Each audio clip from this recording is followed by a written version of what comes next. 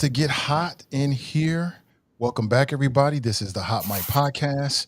I'm Nate the Barbarian, your humble host, moderator, and rabble rouser, instigator, and all around friendly neighborhood good guy. Welcome back to the show. And want to welcome in our crew today. We got Tarris Horton. How you doing, Tarris? Good to see you, Doing bro. well, doing well. I hope y'all can hear me good out there today. It's good. I think we can. Kevin, how you doing, bro? Kevin Aldridge. Good. Happy Tuesday. Absolutely. And we are short one crew member. That's Phil Hemlich. He was having some card problems, so he's scheduled to join us a little bit later. But to the audience, we're glad that you're here with us. And let's just get straight into it. There's a lot going on, and it's a lot of ground that we want to cover with you. I want to say thanks so much to all the people who are in here. I mean, you could be anywhere, but you're here with us today. I really appreciate it. Pat and Pamela, good to see you. Jerome, what's up, Doc? What's up, Regina, Krutha? A lot of the choppers in here. Janice, good to see you. She writes, what? No Phil? I feel the same way. Where is sexy Phil? It is not the same. It's not the same. But also, before we get started, I want to say thoughts and prayers to one of our crew members, Raven Mundy. She had a loss in her family recently. She's not with us. She was scheduled to be with us last week. So, Raven, thoughts and prayers and condolences to you and your family. Yeah, And sure. wish you the best. And we always got a space with us. You already know. Already know. So, not to throw a curveball or anything, but tomorrow is the first day of school. And so I figured, hey, it'd be timely to talk about some back to school topics. And we kind of hit this already, but, maybe opinions have changed or circumstances or information or whatever. But if you don't know, there's going to be at least one big change for Ohio public school students. And that is that the governor has banned cell phones in public schools, not private schools in Ohio, but in public schools. So I wanted to run through the panel again, and maybe we'll integrate some thoughts from the audience as well. Do you think this is a good idea, a bad idea? Do you think that this will contribute to positive academic outcomes, or at the very least, maybe it'll lead to less disruptions in the classroom? And if you're a parent and you have a child in a Cincinnati public school or a public school in Ohio, how do you feel about it? But fellas, what do you think? Is this a good idea, bad idea? Ohio is banning cell phones in public schools. I'll go first. We come from an era before they had cell phones in school, so it's kind of unrealistic for me to even grasp on to being able to take my cell phone into my class with me. But having children and being able to communicate with them while they're in school is a benefit, I feel, to a parent. So I don't know, man. I'm happy to say that I don't have to deal with that. So I really don't really have an opinion on that one, because I don't have to deal with it. My son in Ohio, he goes to Moeller, so it's private school. He's a senior there, so those are things that I can't speak on personally. But I don't. Is it disrupting the classroom, or I'm trying to understand more context of why he's doing this? What's your take? Yeah, I think, the last time we chopped it up about this, I was pretty clear. I thought it was a good idea to ban the cell phones in the classrooms. Now, of course, like Tarris, I don't have kids in school. I do have a 14-year-old goddaughter who's in high school. And so I can understand, certainly, I'm not insensitive to parents' concerns about being able to get a hold of your child at a moment's notice, or if something pops off in the school, having that security of knowing that you can kind of try to call your child's cell phone and be able to get a hold of them. And I hope that districts, at least in the bannings of these cell phones, have taken those things into consideration and have some sort of contingency programs that are in place if there are emergency situations or parents need to get a hold of their kids in short order, that there are ways, in fact, to do that. I don't know. I haven't looked in depth enough to know if they've tried to address those things. But I think purely from a classroom distraction and attention standpoint, I absolutely 100% believe is necessary, because I do think the cell phones are an intense distraction for our young people. And, these things are like an extension of their hands and ears and eyeballs, right? And it's like when they're anywhere in sight, if they get a text from a friend or a notification, that immediately takes their attention off of whatever they're doing at hand, because the social aspects of social media, particularly for teenagers, I would say, is an incredibly important part of how they live. So I don't think it's reasonable to expect that a kid is going to ignore a notification or a text or a phone call from anybody that is not going to be a distraction. Heck, most of us adults can't adhere to that when we got our cell phones with us. So I think whether it will directly lead to academic improvement or not, we'll see, right? Like, I don't think anybody can say that definitively it will. I think there's a sense that it will, because it'll lead to less distractions and more ability for kids to pay attention in class. But I guess we'll have to see whether the proof is in the pudding, or maybe even look at other school districts that have done this and have they seen improvements in it. But I think it's a positive thing. Something to think about is, like, what about the kids that are not abusing it? You're not abusing it. The people the kids that maintain grade point averages, the 4.0 grade point averages, do what they got to do, handle their business, and are able to use their cell phones as an extension as a learning device. Because as we go in the future, I mean, the kids are not going to be learning traditional. I think that from a future thinking standpoint, you could pretty much handicap your kid. You say, okay, you can't use your cell phone to communicate with ChatGPT to get this information, but you can use the tablet when you can get the information same right there in your hand. There's certain parameters I feel like you could put on this, like blockers. When you go to certain places, have when you work for the government, so to speak, I believe they have blockers on their websites where you can't get on certain websites. Have the social media blockers when you get on the school campuses. I'm sure kids are smart enough to figure out a way around it. But I'm just thinking about the kids who do the right thing, the ones that have maintained good grade point averages, show up to school on time, ready to learn, and they use their cell phone as an extension of their learning. So that's my concern. Yeah, your audio is really distorted, Tarris. I hate it too, man, because you was making some great points and I heard it, but it's really, really bad, bro. Maybe you can do something about that. So, and I'll just jump in and. What about now? I still hear it. There's something about, I'm not sure what it is, but I still hear it. And somebody in the audience even said something about it, so it might be very unpleasant. But okay, I do. My daughter went to a Cincinnati public school. My son is in Cincinnati public schools. If we're still in Cincinnati moving forward, he'll probably continue to be in Cincinnati public schools. I believe in the public school system. And my biggest issue with this is it would be easier for me to swallow if it was coming from the district level. Like if this was Cincinnati public schools, who are very, very close to my child and they are there on a regular basis in the classroom, it would be much easier to stomach. But the fact that the state is just going to tell us, it's just going to force the schools to do that, I think it's a serious overreach of government. And, there was a time when Republicans believed in local rule. There was a times when they used to advocate for that, like local decisions should be made by local people.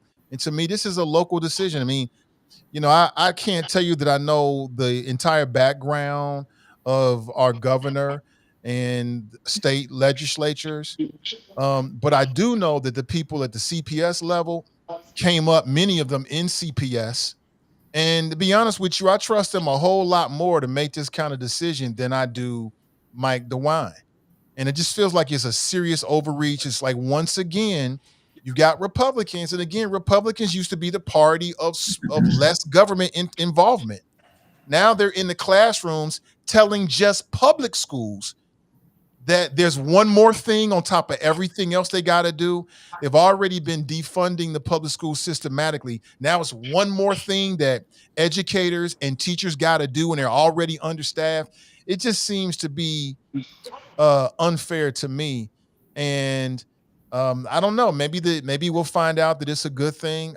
It's the enforcement of it, though, right? So now teachers have to stop and they've got to double check, and it's just one more thing that puts students in a possibility of going to the assistant principal's office.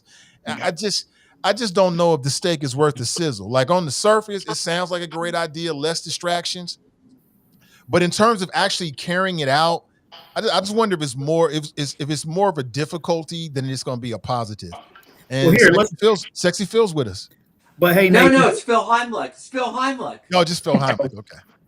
Hey, Nathan, you made some great points there, but just to challenge you a little bit on that last part that you said, you're saying that it may be one more thing that teachers have to do. And certainly if we got any teachers in the chat, we'd love for you to chime in with your thoughts on this.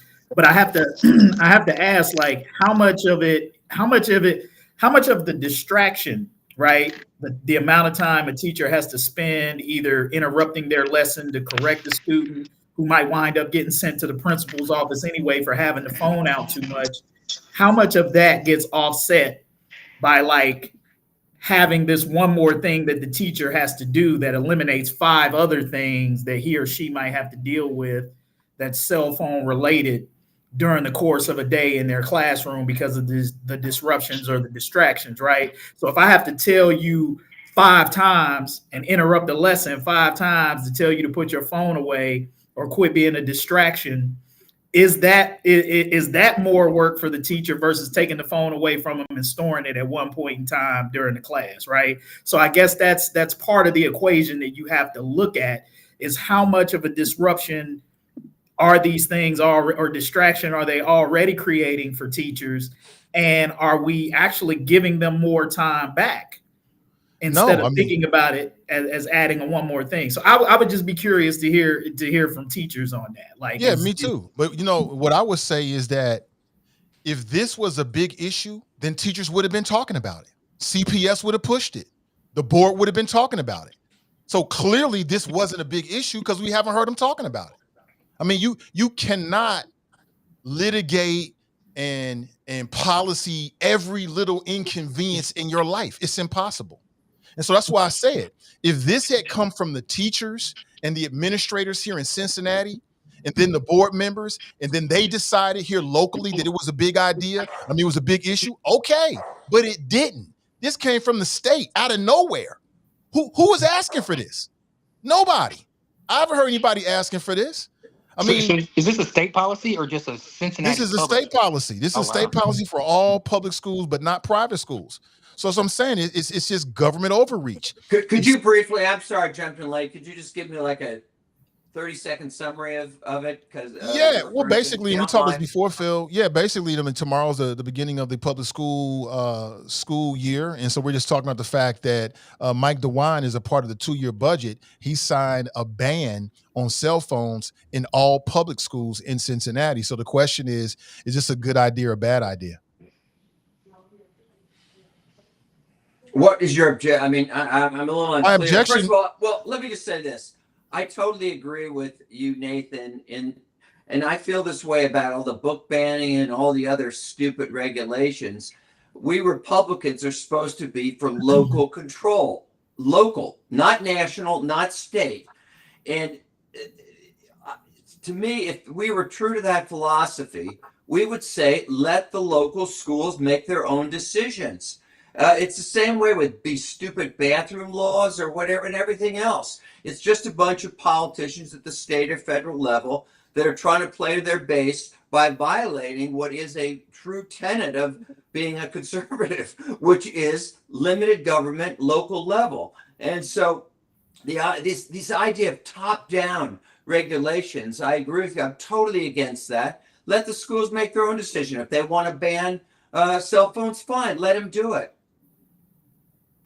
Right, and that's my biggest issue. And then, like I said, if we were having or hearing a conversation from teachers and administrators here in Cincinnati public schools that this is an issue, that would be different.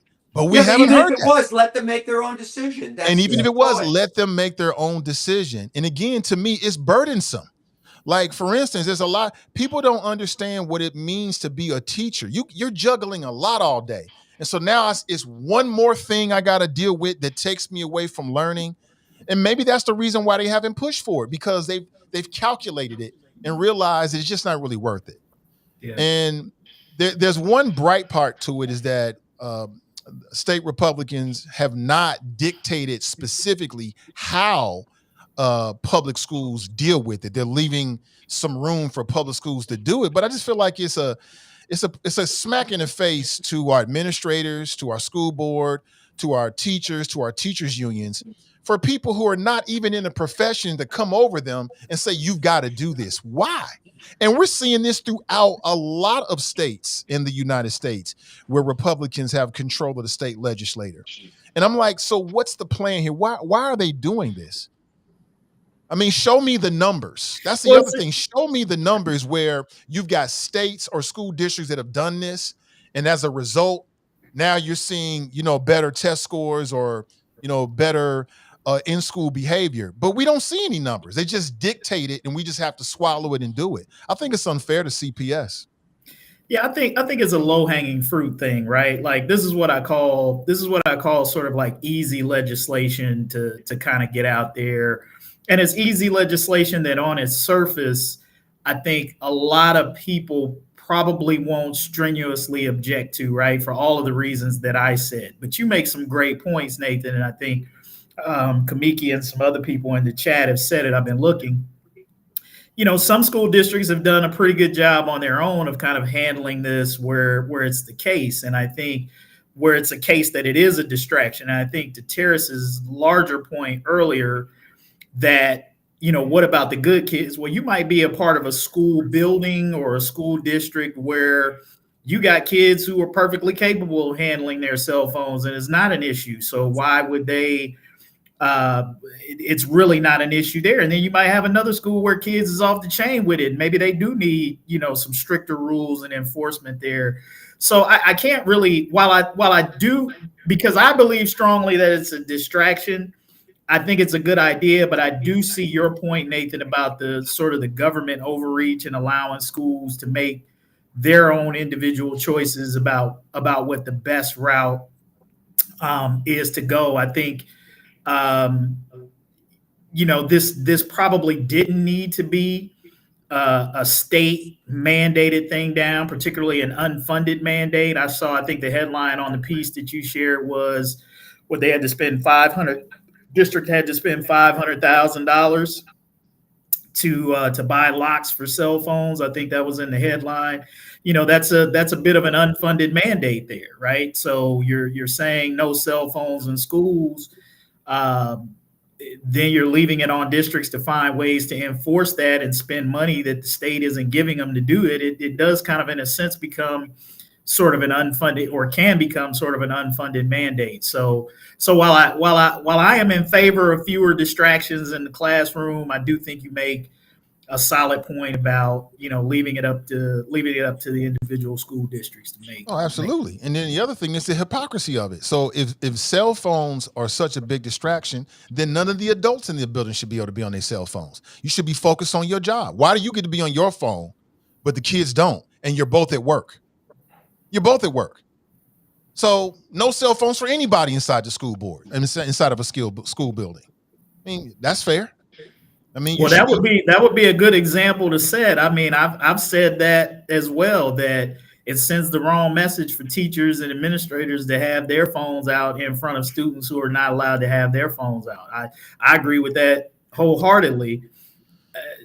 Now, recognizing that there are sort of work-related reasons, perhaps, why administrators or people might need to have their phones, email, communication through text, things of that nature. You would have to acknowledge that. Well, then we got to acknowledge then the same thing can be true for students. Maybe the teacher puts something on the board and you got students that use their cell phones to take a snapshot of it. That way they got all the information. That's a tool for education. I mean, we cannot legislate every little inconvenience that we don't like, and we can't do that. It's just not going to work. Who wants to live in a society where everything that you do is dictated by the state? Every move you make is dictated because somebody thinks it's a distraction or is irritated. I just think it's a slippery slope to losing more freedoms. And I know some people will be like, this is a slippery slope. And you're really trying to make a mountain out of a molehill. Well, I just have a knack for looking at things. Okay, but what about this, Nathan? I've said that the federal government When I there's said, well, hold on, Phil. Let me finish the thought. I was coming to a period. okay, I just go ahead. have a knack for noticing small problems before they become big, right? And I can see the slippery slope. The state telling us, well, it's a nuisance. Somebody doesn't like it. So every facet of our life gets dictated by a politician. I think that's wrong. I agree with you, but on the other hand, I've said and that I think the federal government should get out of education for just those reasons. Because basically what they're doing, now don't shake your head, what they're doing is, as to use Kevin's words, they are applying essentially unfunded mandates. They're dictating from Washington how Cincinnati Public Schools should run. And I mentioned this anecdote when No, they're Steve not. Adamowski, who was considered a pretty progressive school superintendent, he and I were on this TV show, and I said to him, if I think he said they get $25 million a year from the federal government. I said, if you could get rid of all the federal laws and controls and give up that money, would you do it? He said, absolutely. So I guess what I'm saying is, Nathan, I don't understand how you can say that you don't want the state government to have these requirements, but you want the federal government, which is even bigger government, to be telling local school districts what they should do. Yeah, I do, because I think you're taking out of context. I think there's a big difference between the state government telling. Well, let me tell you the context. Let me shut it up for you. I think there's a big difference between the state government saying, "Hey, Cincinnati Public Schools, we're going to dictate to you about cell phone policy," as opposed to the federal government saying that we're going to have national standards against discrimination. Those are two big, completely different things. Yeah, no, yeah, no, I don't think what? so. No, you don't think it's it's big government telling what's local wrong? schools what to do. First of all, if there is any discrimination on the basis of race or gender, that's already covered by the Constitution. You don't need a federal government. You don't need a Department of Education to do that. You just go to court, and if you can show racial discrimination, you're going to win. No, you can't. It depends on the courts. That's the reason why we went through the civil rights era. Let me educate you, Phil. No. It wasn't. Hold on. Let me educate you, Phil. We tried to pass laws. We tried that. We tried that, and it didn't work. Right? We tried that, and that's the reason why we had to go. That's the reason why we had to have civil rights amendments in federal laws and the Department of Education, because we tried to leave it up to the states. And what happened is it was separate and unequal and a lot of discrimination against non-white people. So that's the reason why we need federal standards for every state to say, listen, if you are disabled or you're federal standards that you like, if you like the standards, it's okay for the state and federal government to do it. But if you don't like it, so you're saying you like discrimination? Then you want it to be local. You can't have it both ways. I can't have it both ways. I like the standard of saying that you cannot discriminate against someone based upon their disability or their sexual orientation or their skin color. Yeah, I think that should be a national standard. Don't you? Well, then don't complain about the state government. Two completely different things. Regulations. It's the same thing. Those are two completely different things, though. On one hand, we're talking about discrimination, which we have a history. We already did this already, Phil. Prior to the civil rights revolution, we tried what you're talking about, and it just didn't work. No, it's what you're talking about. You're talking about it. Local schools deciding what to do. You're talking about it. No. So you just said that we don't need federal governments and regulations. I'm telling you the same thing about the state. I'm not. I'm telling you so that you're saying it's okay if the state decides that we should not have cell phones. You're saying it's okay for them to dictate that because they think that's good policy. I think that if we were talking, if the federal, so let me try to nail you down on this. So if the federal government decided that you can't have cell phones in schools, I'd be against it. I'd be against it. But we're not talking about that regulation. I disagree with that particular minute regulation. But when it comes to having a national standard that all states adhere to, that say, look, you can't discriminate against people because of their disability or their sexual orientation or their skin color, that should be a national standard. That's what I'm saying. Do you not understand that?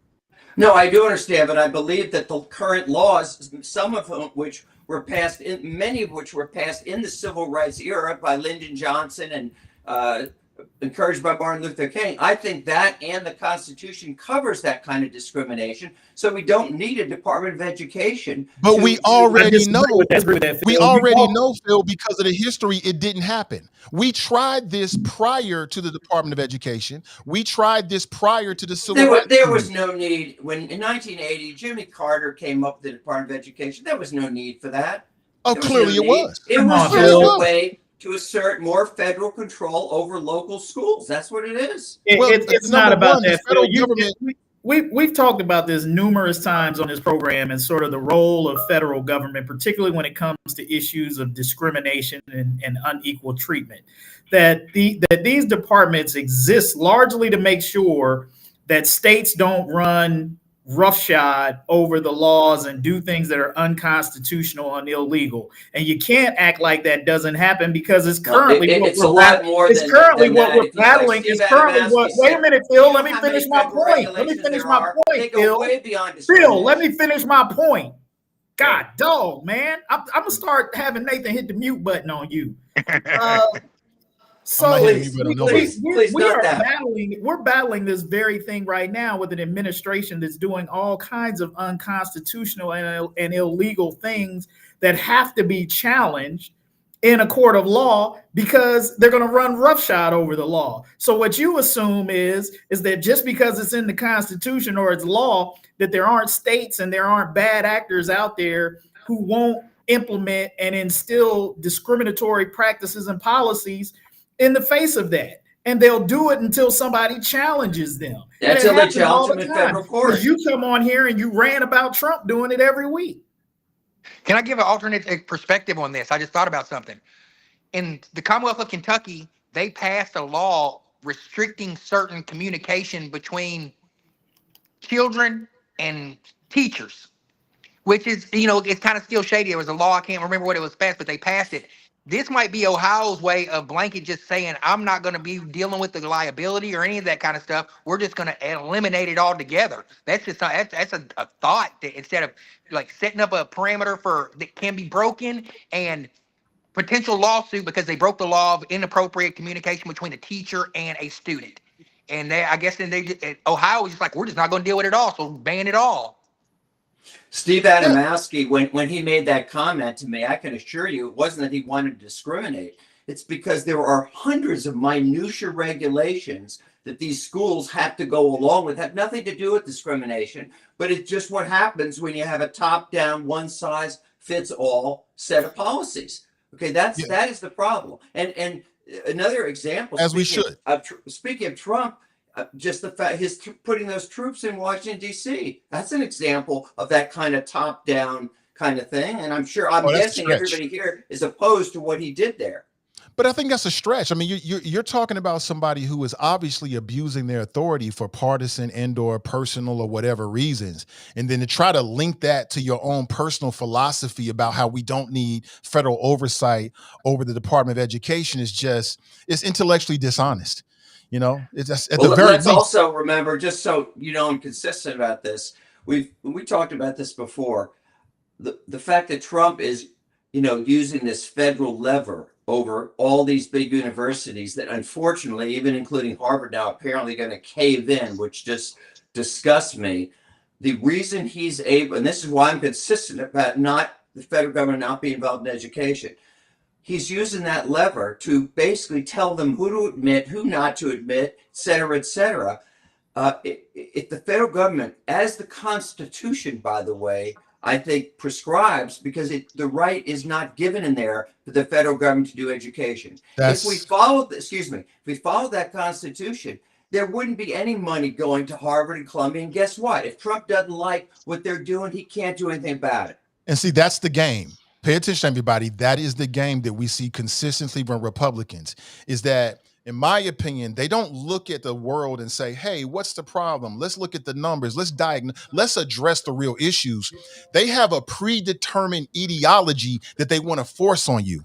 So these moves that Trump is making right now fits right into what Phil is trying to tell you, that the federal government is bad. No, Trump is abusing his authority. You've never seen a president do that before. What does Donald Trump have to do with this? What does Donald Trump have to do with this right here? Hey, What does he Phil have to do brought with him up. this? I That's like brought him up saying. as an example No, of federal overreach. So you're telling me that the federal government should not be invested in the education of its populace? Absolutely, I do. But you know why? In Because what way? do you know why? As Steve Adamowski said, whether I agree with the Cincinnati School Board on one thing or another, I trust them more than I trust the guys like Trump and the senators there who are just trying to do things for political reasons. I trust the Cincinnati School Board because they are closer to the situation. They Right. understand the needs of Cincinnati kids better than people in the federal government. Right, but we're not talking about the federal government pressing down on the Cincinnati public schools. We're talking about the state government. You brought up the federal government to try to make a point. I just pointed out that the same principle applies. It for you it applies, but for me, But for what what I you would said say, before about overreach, it seems to me it applies. there Just might be 'cause some It's circumstance. only stuff you agree with that you are okay with federal overreach or state overreach. If you don't agree with it, then no, let the local schools make their own decision. I'm Yeah, across so the board. I think they should make their own decisions across the board. I do not. It depends on what the decision is. So, for instance, I do not think that states Exactly. should decide whether it's okay to discriminate against students based upon their disability, their sexual orientation, or their skin color. You're right. I don't agree with that. I think there should be a federal standard that all the states There is a should have federal to apply standard. You to. don't need the Department of Education. There is a federal standard in the civil rights laws and a federal standard in the Constitution. If Well, you brought up think- Department of let me Education. say right now, if you think that a local school district who said, okay, blacks can't do this, But Phil, or tell me whatever, what the guess Department of what? Education the courts would does. throw it out. You don't need a Department of Education. Phil, I don't think you even know what the Department of Education even does. Oh, So I when know you very brought that well what up, it does. I thought you were out of bounds and it didn't really make sense. I'm just following your lead.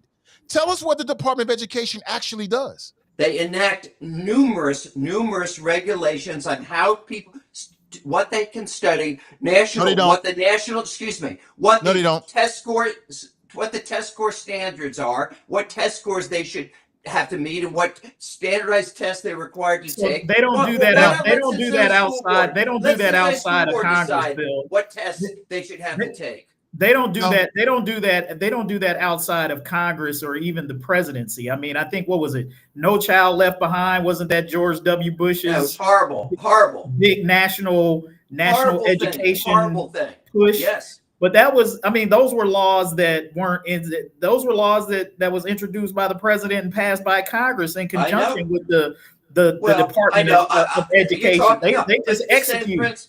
Same principle applies. In fact, if you talk to educators, okay, about that no child, in fact, that's what Steve Adamowski and I were on this show to talk about when Bush first got that thing passed. And I'll guarantee everything I've heard from local educators, whether media or whatever, is they don't like it because it's taking authority from them. Okay, No, it's that not. had nothing to do with discrimination. It was just a bunch of people in the federal government saying, "Oh, these are the tests you have to take to determine how well you're doing as a school." Yeah, I think that if we allowed, and we did this previous to 1980, you go back and look at the numbers, and I'm not saying that if you look at all of the education outcomes state by state, that it's where everybody wants it to be. But prior to the 1970s, it was far worse than what it is. I think education is too serious, is too important for the future of this nation, not to To be have left a to the national, Cincinnati School Board is what you're not saying. not to have a national standard Yeah. to adhere to, and then not You to don't have. trust the Cincinnati School Board as much as you trust those bureaucrats and congressmen in Washington. No, I That's don't what you're trust. saying. History has shown us that we cannot trust states when it comes to dealing with students who are non-white, Well, I've who may already said have it should be at the who may school have board a level. different, who may have disabilities, and who may have a different sexual orientation. It's not me, Phil. It's history, right? So I think the Department of Education was on the federal level. Jimmy Carter recognizing that, and I think that this country has been much better for it. Yeah, if you look at, by the way, if you go back to even the civil rights, if you go back and you look at how, in fact, go back to 1980 and see how we as a country have No. compared to other countries, we've No. gone downhill on test scores. We have gone Well, downhill. Well, it has not improved education. I think that you also have, we're going, again, we can't be dishonest. We're going to have a conversation. I think that you've got one of the two major parties, your party, that for the last 30 years, 20 years, has been systematically trying to defund the public school system as much as possible. So you can't turn around now and then look at the public school system and say that is a different issue. But that's a part of it. That's a part of it. Like we had this conversation before, Phil, and I asked you, it's the same issue. We're talking about the education outcomes. So you can't have one party. It's about freedom. It's about freedom for parents. It's not just about freedom. It's not about freedom, Phil. It's not about freedom, Phil. What you can't do is have one party that's doing everything. Let's take Ohio. You can't have one party, that's the Republican Party, these are facts, doing everything they can to defund the public school system. And then you get to stand back and say, look, the public school system doesn't work. You can't have it that way. Look, I'm not saying it doesn't work. I'm not saying it doesn't work. I'm saying competition is good for everyone. Competition is good. But when you try to take look, when I think about the Department of Education, when I think about federal involvement, I think about equality. And that is what we're trying to do here, is to make sure that everybody has the same access to information, that the same standards exist across the board. He's talking about vouchers. Across the board in terms of what age people should be reading at, what grade level they should be reading at by a certain time. That should not be different. No, that should not be different based on your region and where you are. Who should decide? So, educators, scientists, social scientists. At what level? At the federal level, Phil. Oh, I see. So in conjunction. The standards for how much a kid should be able to read shouldn't be decided by Cincinnati School Board. It should be decided by federal people in Congress. You don't know. But Phil, you are totally misrepresenting. It's done. The federal government. See, this is what they don't want you to know. Phil tries to make it seem like the federal Department of Education is working in a silo all by themselves. Right. You just don't know how it works. Oh no, they've been empowered by Congress over the years. No question. No, you just don't know. They work in conjunction with the various states to come up with the various curricula that they implement. It's not just some federal worker working in a silo in a cubicle, all shut off. They're working with other educators in the states to come up with these standards. So why did Steve Adamowski say who knows? He might have been drinking that day. Money if the feds would stay out of the Cincinnati public schools. He was drinking that day. Why did he say that? I don't know. He might have been drinking that day. I don't know. No, he wasn't drinking, and he was very highly respected superintendent. What year did he say this? 1977. When did he say this? 1987. No, it was not. It was when I would have been. No. Let me think. It would have been when I was on city council. Probably 30 years ago, he said this. Whenever No Child Left Behind was passed, which I'm thinking is 2001. Whenever that was passed. So 20 years ago. So 25 years ago, he said this. I mean, I like to talk with him now and see where his head is. I don't know why he said it. Doesn't mean he's right. Wouldn't be the first time a smart person got something wrong. Because he, unlike all of us on this show, experienced the amount of federal control and also experienced the amount of federal money. Here's a fact. We hear teachers and administrators and teachers unions talking about a lot of stuff. I never hear them talking about we don't need a Department of Education. I only hear this from Republicans. That's the only person I heard. Republican politicians. I never hear any teacher, any student union, no administrators. They never talk about it. It's just Republican politicians. That tells me something. Touche. Yeah. Let's call it what it is. All right, let's move on. Anything else? Phil, I'll give you the last word. I'm worded out, guys. I'm worded out. I've been out of town a little bit, and I've been a little down, a little kind of quiet, little lazy. You guys have just got my blood flowing, so thank you all, thank you. And I'm glad you're here, man. Like I said, it's not the same when you're not here, Phil. I appreciate it. But but is that good or bad? That's the question. It's definitely good. It's definitely good. Like I said, the core of what we're doing here is we want the debate. We want to hear the clash of ideas. I want to be wrong. Tell me I'm wrong. Prove me I'm wrong. You're wrong. I'll tell you you are wrong. Thank you. We want to push back. We want to challenge one another and get people thinking outside the box. That's the whole point of it. And so if I'm just up here and we just agree all the time, who wants to hear that? I don't get anything out of it. I agree. Yeah, so like Kevin said many times, like after the show, I stick with it. I'm thinking like, okay, Phil said this, Tarris said this, he was wrong. Kevin said this, okay, he was right. That's what I do, and hopefully the audience gets something out of it as well. I don't have to be right. the audience can make up their own decision, their own mind about, how they feel about it. But that clash of ideas, we need more of that, and not punching people in the face. That's what we need. More clash of ideas and less punching people in the face and going at each other's necks. I mean, that's just too far with it. Hey man, two people we got to get on the pod: Adamowski and Corey Bowman. Them is two guests that are long overdue. Yeah, for Hot Mic. Absolutely. Will they come? Will he How come? about, let Will me he, also will he say, I'd come? like to Will see he, the will he come? FOP, Ken, whatever his name is on. We I talked would about like to police see a that lot. as well. I think that'd be good. Yeah, I I hope Brother got busy Dre's this week. coming back. I mean, he was about the only guy that ever agreed with me on this show. Or I hope you I bring love for him. Kevin to Did come you- back. I did- mean, did I you don't know. ban him because he agreed with me too much? Just tell me the truth. Did you I did. ban him? I did. You called me. Did you That's exactly what blacklist him? Just tell me. Did you I cut certainly him off? blacklisted him. I did blacklist him. I did. Yeah, I can I'm see sorry. why you would. Yeah. Yeah, but Kevin's my guy. Even though he might be mad at me right now, Kevin G was still my guy no matter what. So, but speaking of Kevin's, my favorite Kevin Aldridge, he wrote an interesting piece in the Inquirer, and he asked a question that I think we should all kind of think about, and it goes back to the so-called brawl here in Cincinnati. And he asks, if the races were reversed, would you be as outraged about the downtown brawl? And I thought, that's the kind of question to make people think. So I put it to the crew and also the audience. What do you think? If the races involved were reversed, would you be as outraged about the downtown brawl, or would it change the way you look at it?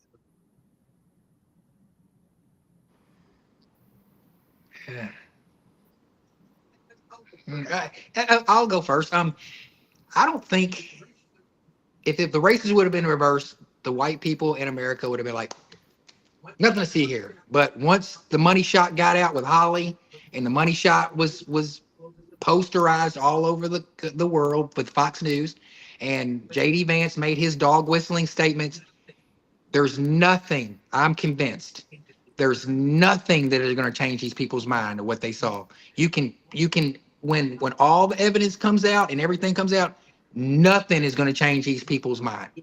Nothing. So if it was all white people jumping on a black person, or what have, if the races were to reverse, it would have been like nothing to see here. But since the money shot and Bernie Moreno, JD Vance, Corey Bowman use this as to politicize this thing, they've blown this out of proportion, and there's nothing that I can't see, unless that's why you just said Corey Bowman come on our show.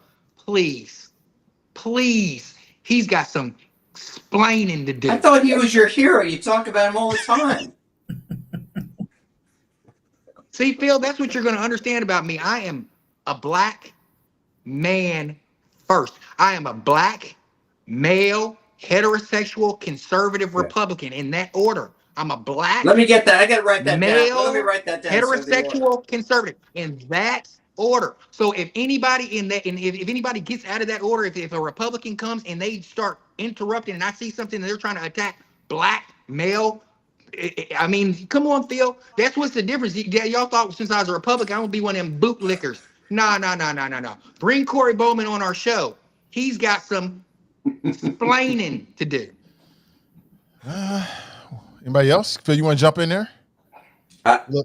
Okay, I hate to do this, but the article just came out. I actually was just reading it here, but I have to be honest with you. When I got a text, I think it was from Kevin or one of you guys earlier today, and basically, or Kevin mentioned, how would we react if the races were reversed?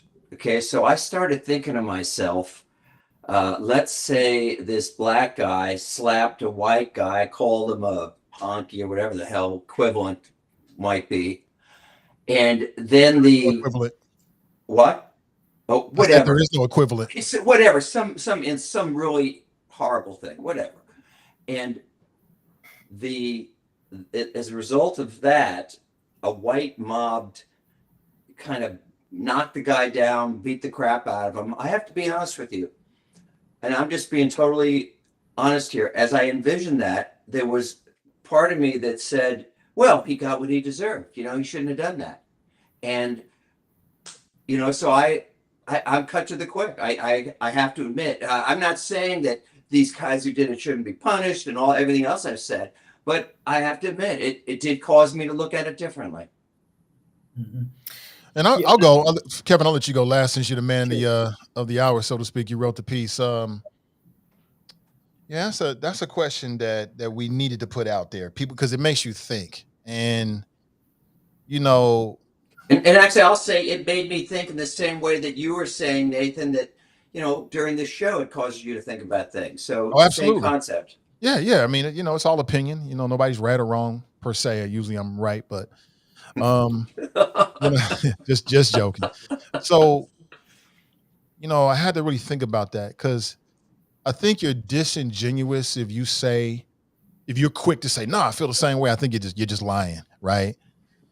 But so, when I initially, so again, I don't want to try to lessen anybody's pain. I know people were injured, and that's serious, and it's very serious to them and their families.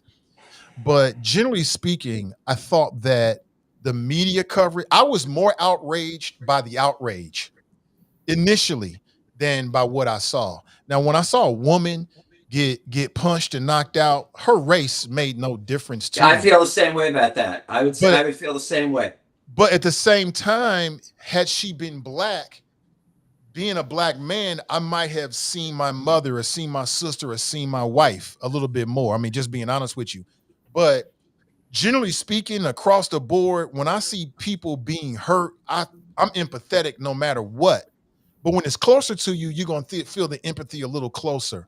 But I was generally more outraged by the outrage. I thought that all the noise and the bad actors took away from the victims, and they tried to make it into something that was political and about AvTab in the city, when it should have been about the victims. It should have been about the community, and it should have been about the future. Like, how do we make sure that the next event next year is going to be safer for everybody? So in that way, it really made no difference to me.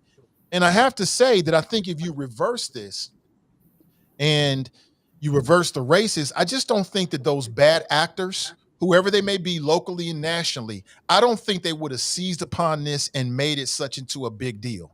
I think because of the racial element, who it was and who got injured and the way it looked, people took advantage of that.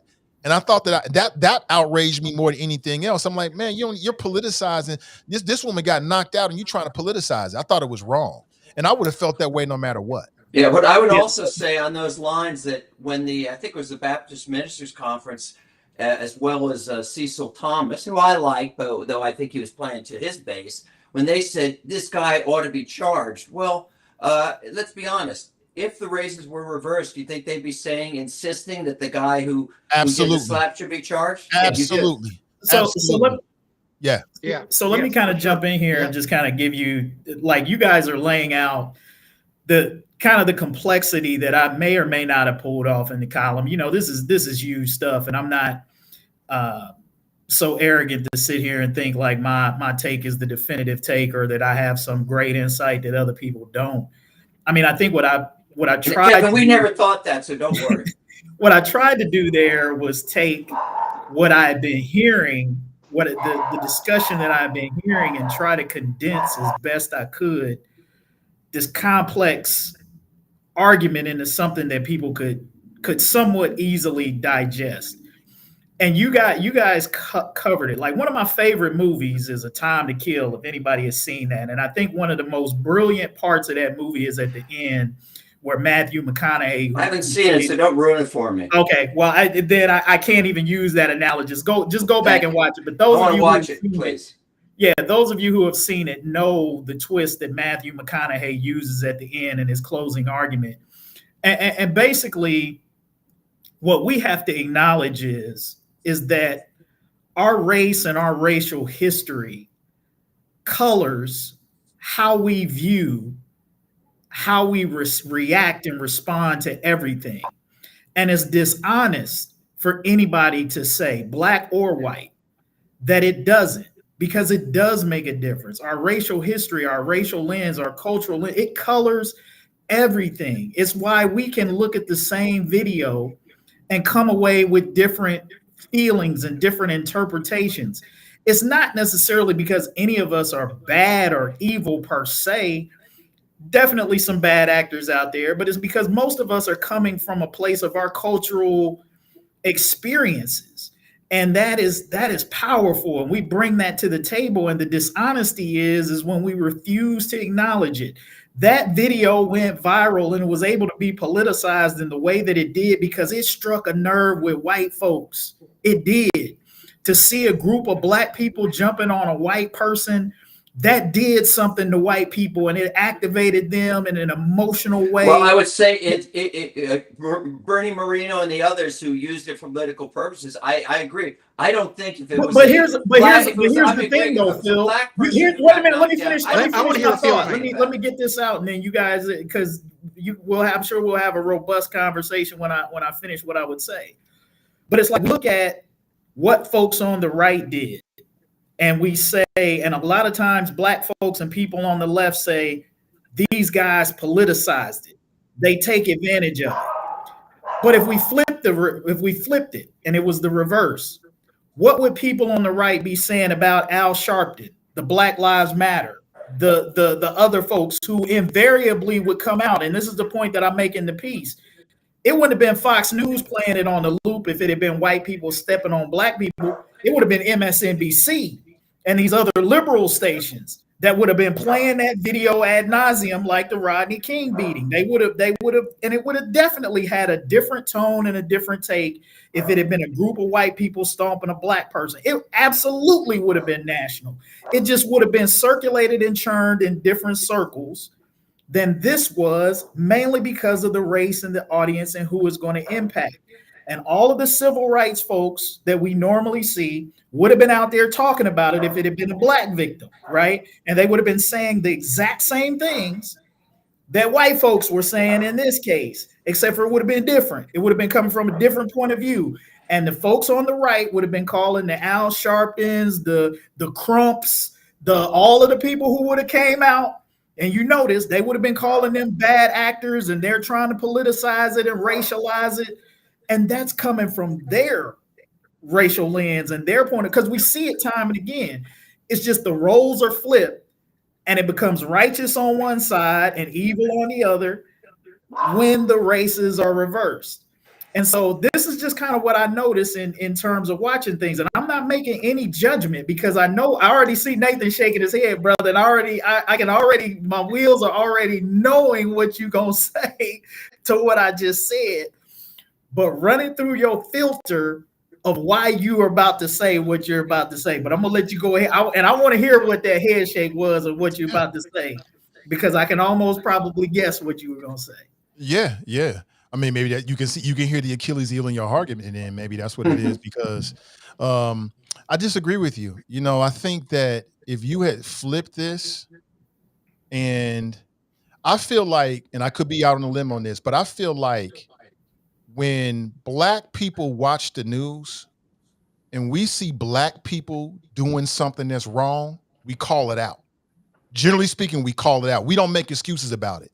If some black people had did something, even in this case, I hear some black people say, oh, it was so wrong. They deserve what they deserve. But I hear a lot of black people saying, nah, if you put your hands on somebody and you commit crimes, then you should go to jail and you should go through the legal system. So I think there's a difference there.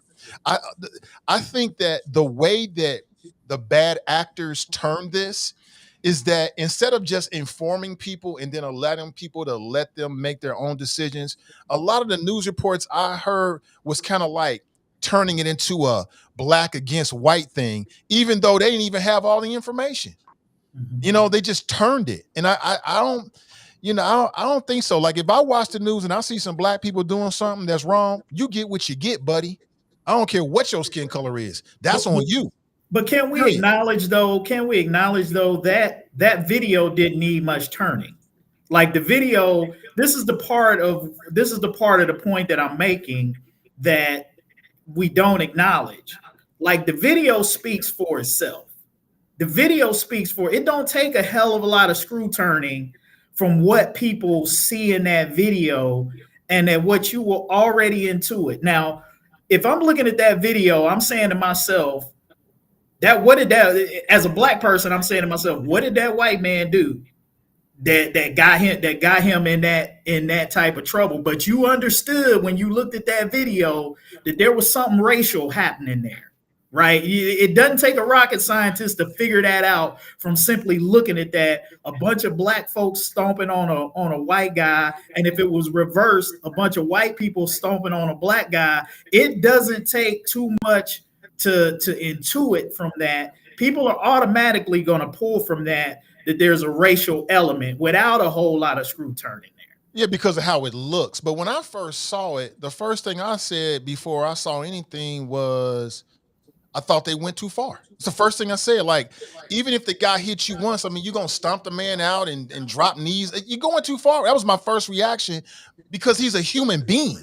His color made no difference to me. If it was a black guy, I would have felt the same way. If you flip that, I'm like, y'all going too far. That's a human being. So maybe I'm just coming from it from a different lens. And because if they was all the same color, I would have felt the same way. I understand if somebody hits you, you want to defend yourself. And I remember what I said, maybe you give them a 1 piece or a 2 piece or a 3 piece, but you're going to chase the man down in 3 or 4 or 5, you're going to jump. That's too much. And I don't care what the race is. That's a human being. When JD Vance had an opportunity, when he took that opportunity, and that was the first thought that most people heard is JD Vance's take on it, there's nothing anybody could erase the people who have that inherent hate and fear in their heart. Once they heard their leader of MAGA make those statements, and Fox News to this day is still regurgitating the same message. Still regurgitating the same message. Once he did that, I don't believe there's any coming back from it. No matter what you can show, the Russian could come out and say, I started it, I did it. They would still make reservations for these people. I mean, and like you said, if it was black people on the other end, and you walked into Sturgis or to to a motorcycle rally, and they smacked somebody, and the black man got stomped out, as logical people, we would say he deserved that stuff. I mean, but I think we're all in agreement. The politicization of this has been ridiculous. I'm going to take it a step further. Even on our side, on the black leadership side, the representative, the people who I heard him say, I'm not only here for this, I'm here for the Action Network, the Community Action Network District. I was like, what did that got to do with anything? And then silencing people like Damon Lynch the Fourth. Why isn't his voice more edified in this situation? These are more people who are more his age group. What are these 60-year-old civil rights leaders who have been dealing with things since 2000, since 2001? They're still talking. I seen there's maybe J. Raj and the other guy but let the Damon Lynch the Thirds talk. Let the Stephen Pryors talk. Let these people who are out, who are younger, who are more in touch. We need the older heads for your wisdom. But if you silencing these people, silencing the 30 and 40, 50, 30 and 40, who do you think the YNs are going to listen to more? The people younger? That's my take on it. It's not just on the leadership and the conservative side. Our leadership from the outside looking in needs to listen to people like Stephen Pryor, Damon Lynch the Fourth.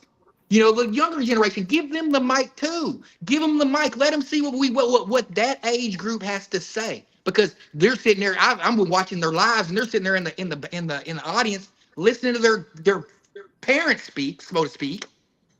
But they're like, "What about us?" And they're like, "Y'all go sit down. Y'all, we still in junior choir. You know, you gotta elevate our voices, in my opinion."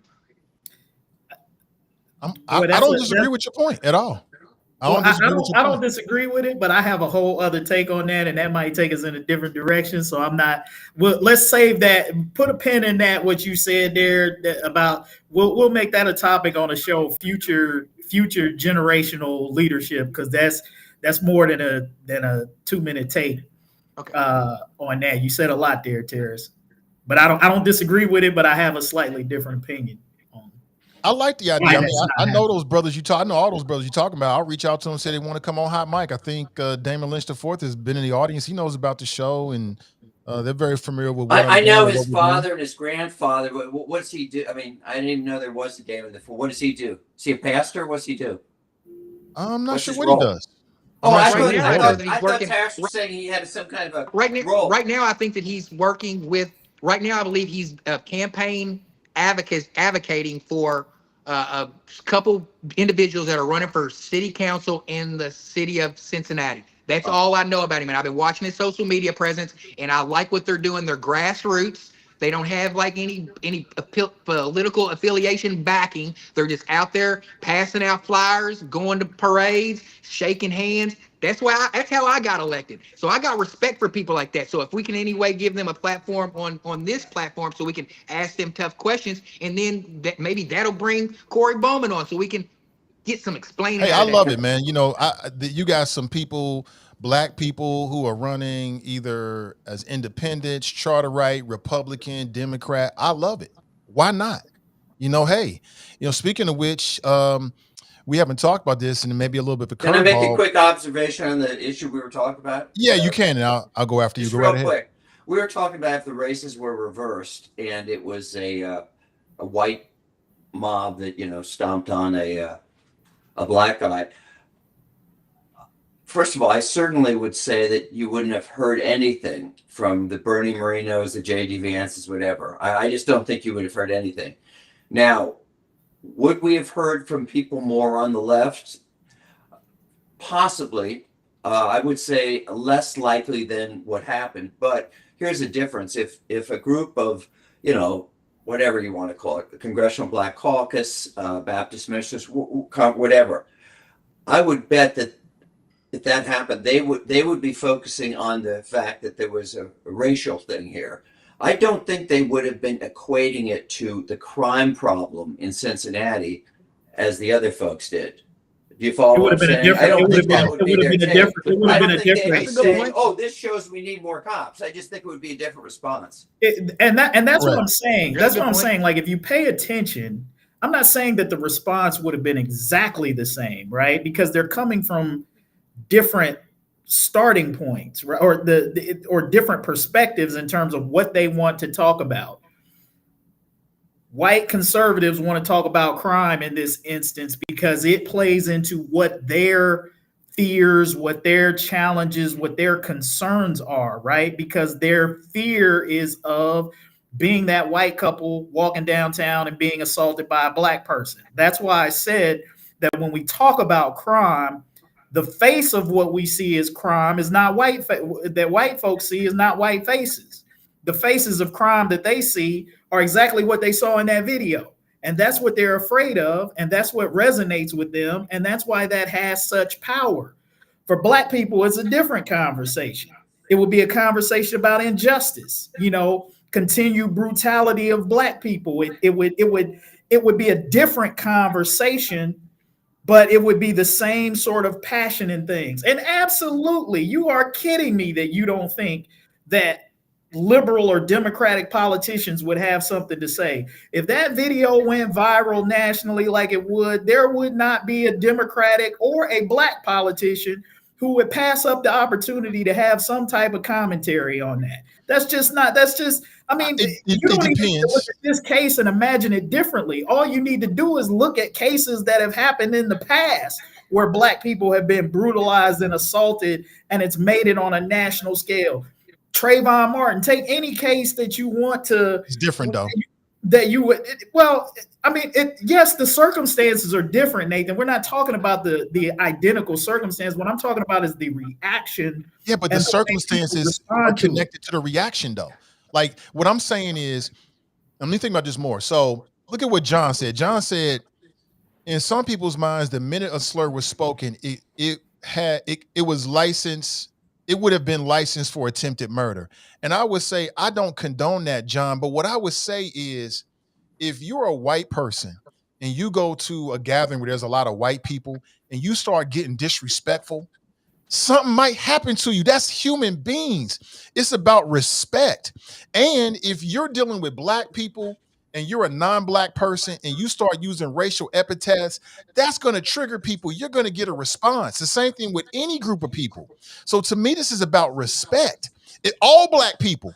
Man, there's plenty of videos of same race fights or same race knockouts. I don't know what was said. I just see somebody hitting the ground. It's about common respect. And we need to have that respect no matter where we are and who we dealing with. And Because if you say the wrong thing to the wrong person, you are subject to get a physical response. And I'm not saying it's right or wrong, but what I'm saying is that's human beings.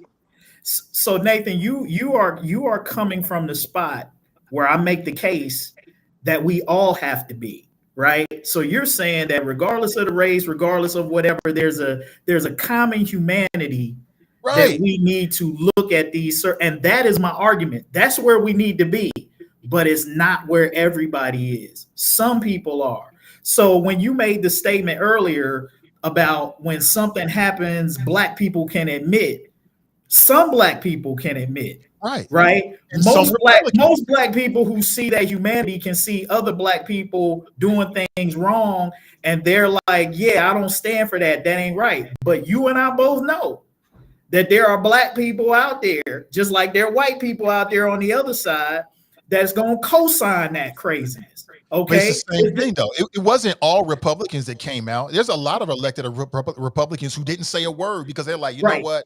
I'm not trying to add fuel to the fire. So we got to give them space on, but that's just human beings. Right. But what I'm saying is, if we believe that there are more of us who see the humanity, then why is it that it's the other voices?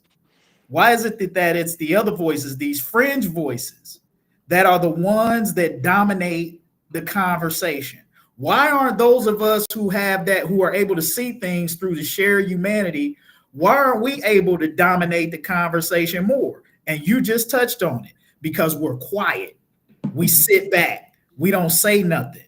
Meanwhile, the conversation is being driven by these folks on the other side, and that's what formulates and dominates the narrative. Because too many people who see the humanity is laying back in the cut and like, I don't want to pour fuel on the fire. Well, the fire is burning. The fire is burning. It's burning us down. You ain't gonna add no more octane onto it than what it already is. But what this city has not had, and what this situation has not had, is enough people who see the humanity to be the fire extinguishers. And that is the problem. Yeah, most def, absolutely. Like, I saw the race, but I saw human beings. I'm like, man, that's wrong. Because I'm thinking I got people that I love. These people involved got people that they love. You know, mothers, fathers, sisters, brothers, grandparents. They want to go home to their families. And so, you know, the race you can't unlook race. But at the same time, you know, being knocked out is the same whether you're black, white, Asian, or whatever. It's terrible. You know, being in the criminal justice system is the same. It's terrible. And I don't want to see anybody go through that. But I will say this. If you have a situation where a black person goes into, let's say, we'll just say country music. I ain't picking on you. And I know that black folks created country music and there's a lot of it's racially diverse. But let's say they go to a Republican event, a MAGA event, where it's a lot of white people there. And this black person goes in on some extra stuff and they using racial epithets and they challenging people and squaring up people and they get laid out. Black people are not going to come save them. They're not going to make excuses for them. They're going to say, that's why you don't go messing with people. You don't shake a hornet's nest. That's what generally speaking, that's what black people, as if I can speak for all black people, I'm just making the argument here. Generally speaking, I believe that most black people be like, you got what you deserved. And they would say that. Don't go shaking a hornet's nest and you want to run back and claim that the hornet stung you. Black people don't play those games. We don't do that. You don't shake a hornet's nest and then run and cry and say you got stung. That's what you wanted. And maybe that's what Victoria Parks meant, but I'll still say there's an elected official. It's just some things you just don't say and do in public if you represent other people or even in a business. It's just some things you just don't do, in my opinion. But we are where we are. We are where you are.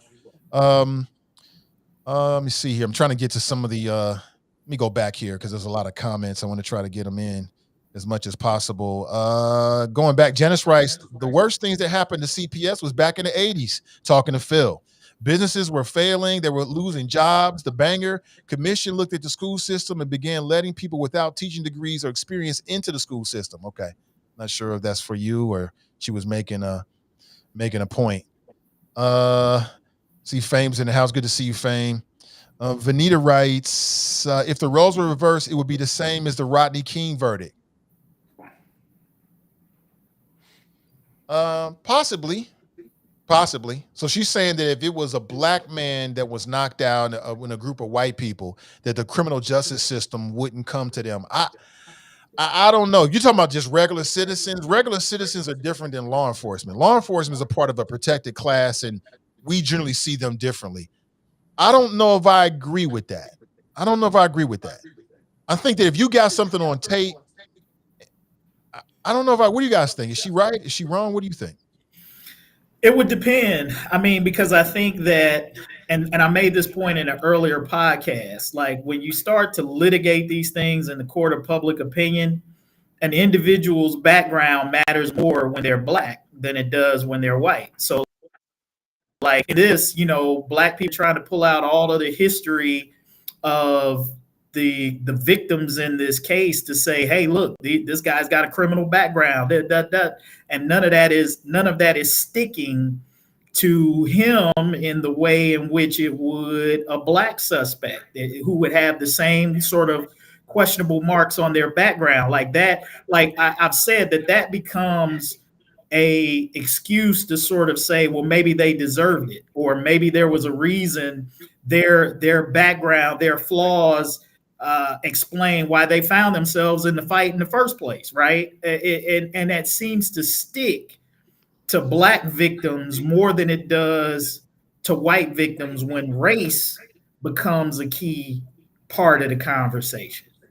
It's how you can villainize. It's how you can villainize a Trayvon Martin or George Floyd to the extent. It's why it works so effectively in court. Why every prosecutor or defense attorney, they go after the character. They go after these character assassinations because it works, and it works very effectively on black people with white jurors or the field of white public opinion, because again, it plays into these ingrained stereotypes, fears, and things that exist. And that's the thing that I'm trying to ask all of us, black, white, to examine, like, what hangups do you have that bias you, that make you quick to believe something or give the benefit of the doubt or add an extra level of conviction onto somebody? I'm not saying that everybody does it, but it's a worthwhile question for you to ask yourself as you analyze your thought process and how you come about it. Am I being fair? Am I applying the same standards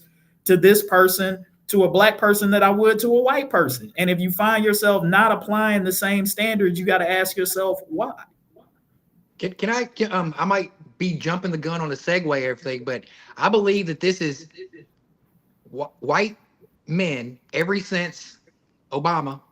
Hate to say it, they have not like blacks. They've created a racial divide, and I mean, I know my audio's going in and out, but since that moment, and I know we're going to segue there to the Bruce Pearl thing, but I mean, I just want to say that's probably that they're never going to, no matter what evidence that we present, they're never going to admit it.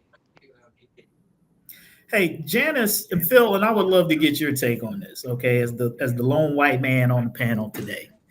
You bear the burden of every white man. I'm tired of being a woman in Cincinnati, and dare I say, America. Being the token white guy. Just let's get that off my chest. Go ahead. So now you get a sense. Now you get a sense how those of us who are black, when there's white people asking us why black people think the way that they do, how we feel in those circumstances. But Janice Robertson makes a case here, and I want to ask you about this because this has come up. I've heard this too. The Montgomery Inn fight. Different circumstances, but still kind of a similar victimization, white on white crime, if you will. And Janice says the white people fought at the Montgomery Inn. The young white guy hit a woman, a senior citizen, actually knocked her out. And she talked about how that was very low key And like there's a sort of a bit of a different reaction to that. Now that didn't go national like this particular case. It got covered, fairly widely here locally. I won't say that it was swept under the rug, but it was covered here. So why do you think the difference? Why do you think the difference in responses? And in actuality, we actually had a more well-known local personality involved in it. It was, for those who don't know, it was Steve Raleigh and his son, and he was actually there. The meteorologist, I think, is for WCPO. So why the difference in the reaction? White woman gets knocked out. In fact, this was a senior citizen, white lady, who got knocked out by a young white man. Why do we think that would? Why would you think? And how did you even react to the two situations? Did you find your reaction different? You're talking to me mostly? Yes. Okay. Well, first of all, one point I just want to get out, because I was thinking of it when you were talking before about whether a situation will reverse this, that it is a general rule legally, it is very hard to convict police officers, okay? Whether they're white or black, it's just very hard, because there is a standard, and I think you said this, they have a standard the Supreme Court set forth, which is a tougher standard to meet than just an average citizen, okay? And there is a lot of sympathy for police, for the tough job they have. So I'm just saying, as a general rule, when it's a cop who's doing it, it's much harder, just harder to convict. As far as this point goes, tell you the truth, I just know that Raleigh's kid was in a fight. I didn't know the facts. I didn't read that. I wasn't that into it. I wasn't aware it was a white senior citizen or anything else. So I don't know the facts. I'm correct, isn't it? Didn't he plead guilty? Didn't he get convicted? Is that correct? But you're just asking, why wasn't there more outrage or something? Yeah, well, I think the fact that you don't know the details, and that you basically, other than what you just kind of laid out, don't really know much about it, speaks to the larger point that, a lot of the details about this particular case that we're talking about with the downtown brawl. It's kind of unavoidable. You would have to basically be living under a rock. There's been a lot more press about that, whether it should be or not. It hasn't, right, compared to the other thing. Right. But that's what I'm asking you. I'm asking you, why do you think that similar situations? One was kind of a young white guy beating up an old white man and an old white woman. And here we've got a different set of circumstances. The fact that one went viral and the other didn't, what does that speak to you? And one involving a much more prominent local person. I can always say, now that you've shared those facts, if I was the prosecutor on that case, I would have gone after that. I forget what he got. I don't think it was much. I would have gone after that guy with everything I had, because I hate that kind of stuff. Hate that. But as far as why it didn't get as much press, or more clicks or whatever, truly, I just don't know. I don't know. And I'm not, and one thing is, it's a little different when you have, it was one guy who hit two people, albeit to me it sounds horrible, versus a much more of a mob type situation. But I'd also would not deny that as you've said, Kevin, that the racial black versus white no doubt did have a lot to do with the outrage and about the amount of press. So I don't deny that. What I'm wondering, is there a video of what happened at the Montgomery Inn? Absolutely. Yeah, absolutely. Okay. There was a video. Absolutely. There was a video. I don't think there was a video. I can't remember whether the video was actually of him, it showed him knocking the people out, but I think it showed the video that I saw captured some of the aftermath. And look, this was the Raleigh situation. The damages that were, I can't remember, Nathan. I'm sure there's some video out there. I remember seeing some video. I can't remember the extent to what it showed.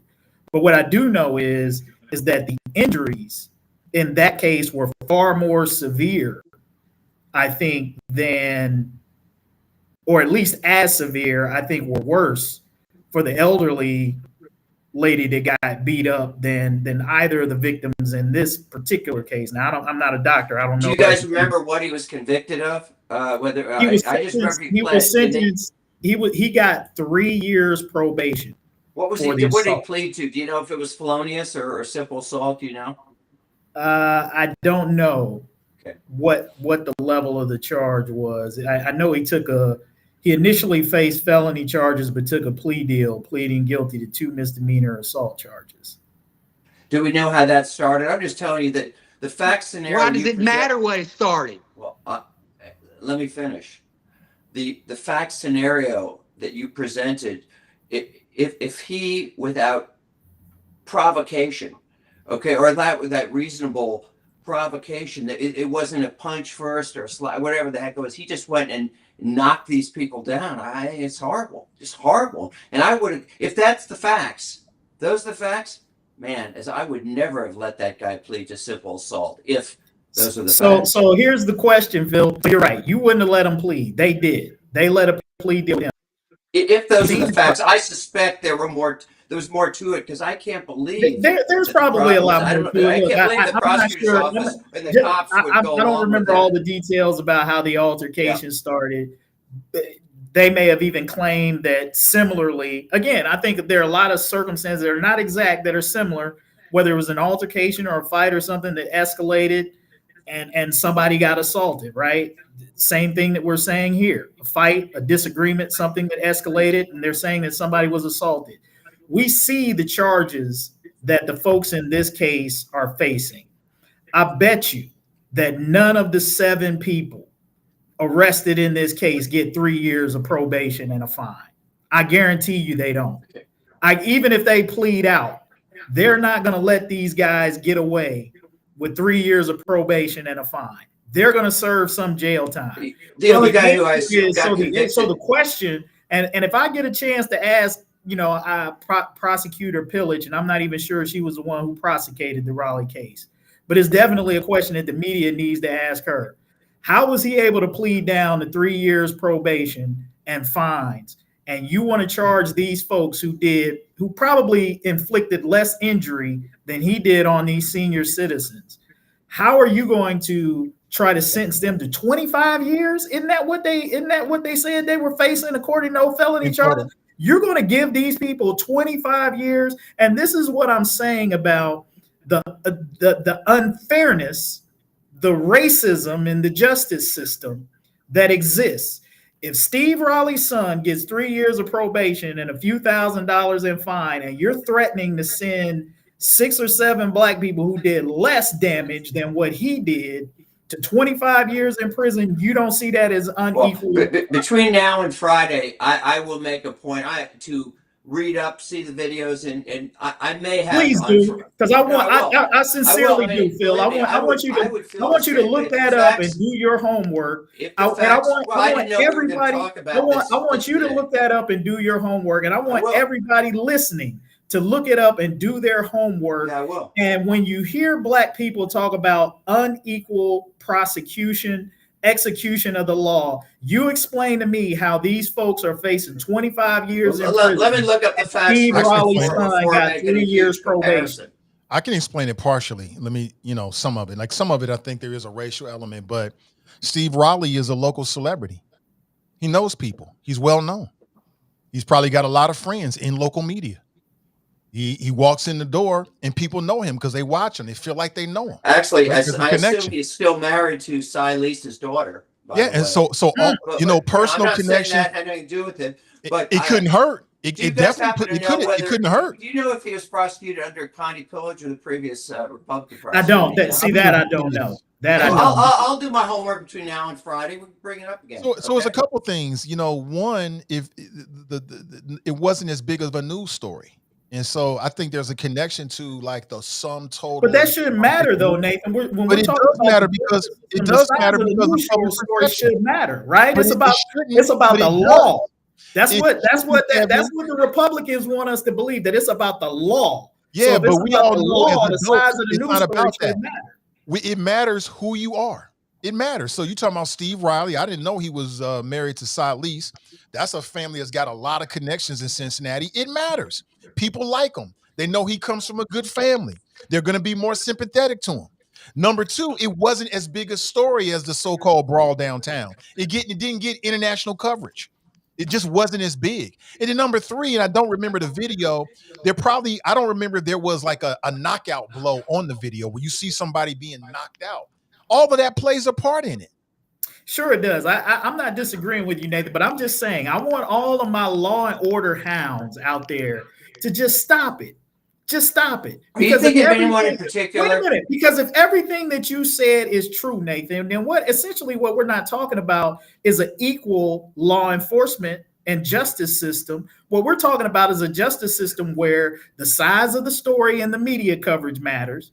Who you are and who you know and who you're married to matters, and how much money and how much status you have matter. If all of those things that you said are true, and all of those are factors and determinants in how the law is carried out, then I need my law and order purists to just stop. Just stop.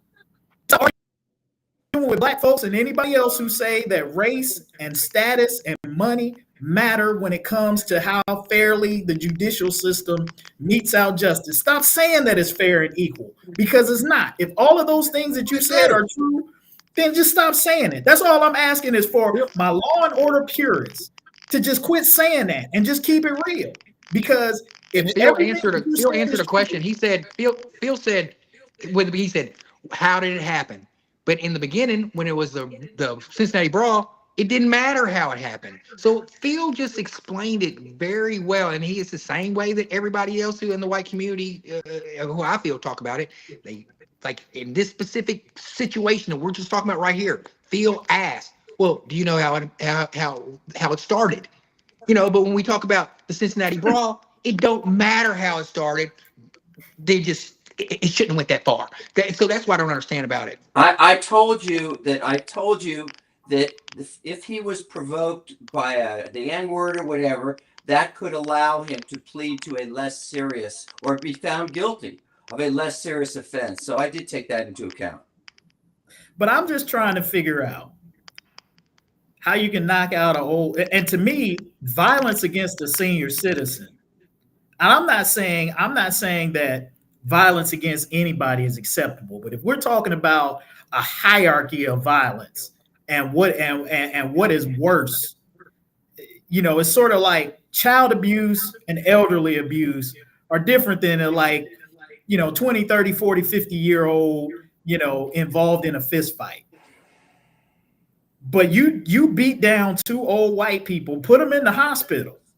As far as we know, I mean, I don't know that the white guy in question ever went to the hospital or suffered any damages. And you're going to tell me that what Steve Riley's son did is only worth 3 years probation, a few $1,000s in fine, and some community service, and you're going to threaten these black folks with 25 years in prison. I want to see if they let them plead out. I want to see if they let them plead out or if they try to throw the book at them for all of the reasons Nathan just said, because it's been politicized, racialized, it's a media story. And then I want the prosecutor, I want Connie Pillage to explain to me, using the law, how you send these people to prison for 25 years and Steve Riley's son get 3 years probation. Tell me that. But, let's be real here. The criminal justice system, Lady Liberty, she peeks underneath her blindfold. It's always been like that. Class and race has always mattered. It matters how much money you have, and it matters what family you come from. Because if you come from a family that people know, and your mom and dad and grandfather and aunts and uncles are connected, then you're going to get favoritism. That's the way the world works. It's always worked that way. That ain't justice. Always worked that way. It's not justice, but that's the way human beings work. Let's call it something else, but let's stop calling it justice. That's all I'm saying. Stop calling it justice. Stop calling it fairness, because that's not fair. I get that that's what it's always been, but I'm sick of these people out here, law and order, especially coming from a dude with 34 felony convictions. From guys who want to pardon January 6th protesters, insurrectionists. You got the nerve to let law and order come out of your mouth. And this is why I talk about, if we want restorative justice, if we want to restore trust, then you've got to have fair and principled prosecutions in this case. And threatening these people with 25 or 29, however many years it is, in prison, when you got a guy who's the son of a well-known meteorologist, got 2 years probation for assaulting not one person, but 2 people. He beat up 2 old people. That's the way it is, man. Cincinnati's a very small town.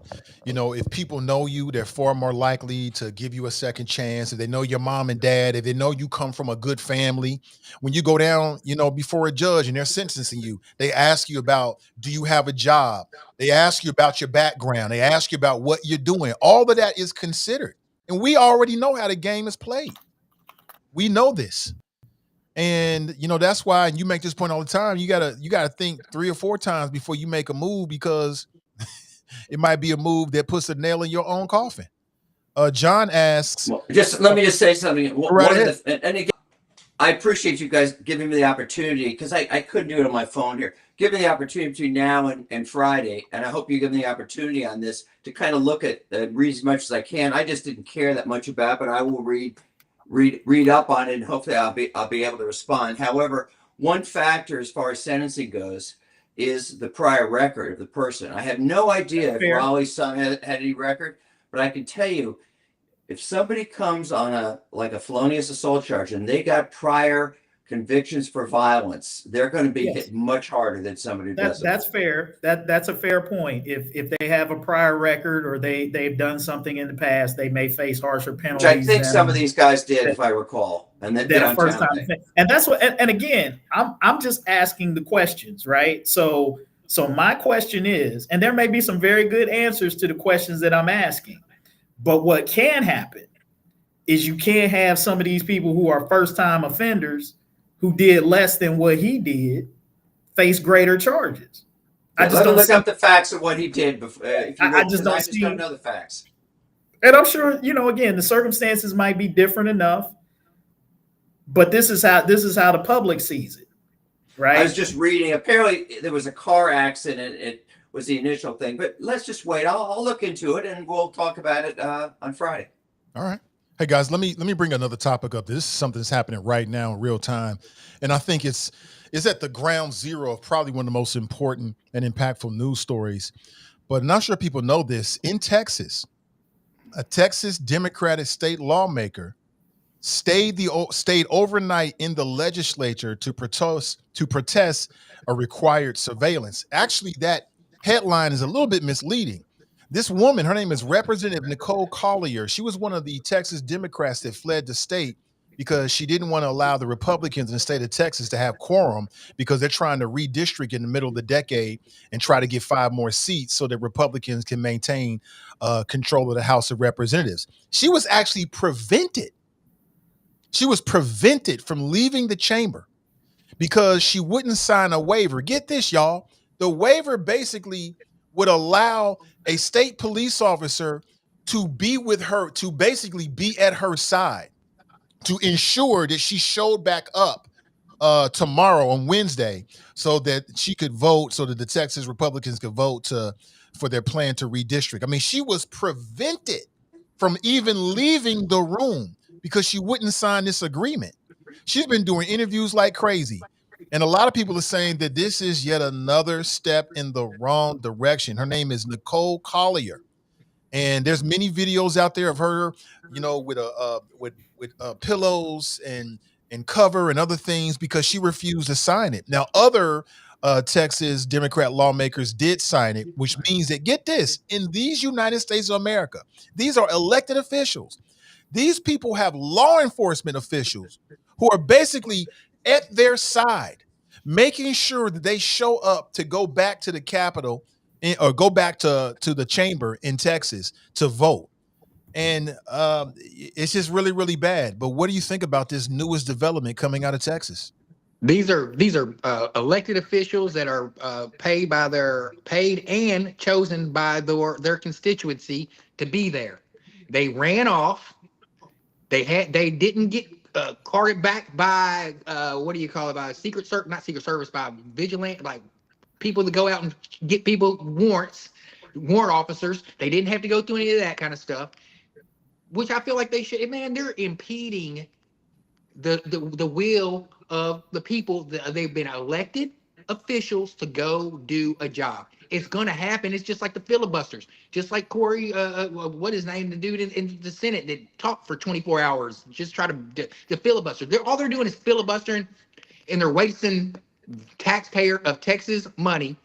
That, I mean, of course, if you look at it in a certain way, she's being a social justice warrior. All of them are social justice warriors.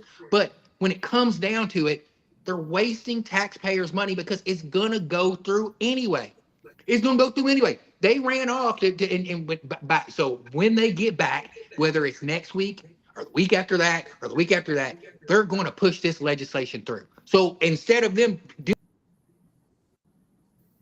doing this now, You broke up, Tarris. God said you was talking some BS and he cut you off. That's what happened. Well, here's what I will agree with Tarris in terms of what he's saying is, Before you say anything, this woman essentially was detained. Yeah. She was detained. That's wrong. So you can also say she was kidnapped, because if you prevent somebody from leaving a room, you have essentially kidnapped them. So she was kidnapped because she won't sign a piece of paper saying that she will allow a member of law enforcement to tag along with her wherever she goes for the next 48 hours. Let's make sure we're clear about what we're talking about. Yeah, no, I think that's wrong, and I think it's a terrible precedent that the Republicans there in Texas are doing, and I think Republicans are showing their rear ends right now. Like they are pushing the boundaries of the law and what I mean, this goes beyond, I think, like political gamesmanship or strategy into like a very dangerous area where you start talking about detaining people or stopping them from being able to freely move around, for political reasons. I think that's a very, very dangerous precedent, and it's setting up a lot of things that people fear, a lot of things that, quite frankly, you and Phil have been talking about for a long time about, what Trump has been doing that's leading to sort of this authoritarian state where they feel like they can just do whatever they want to do, sort of politically.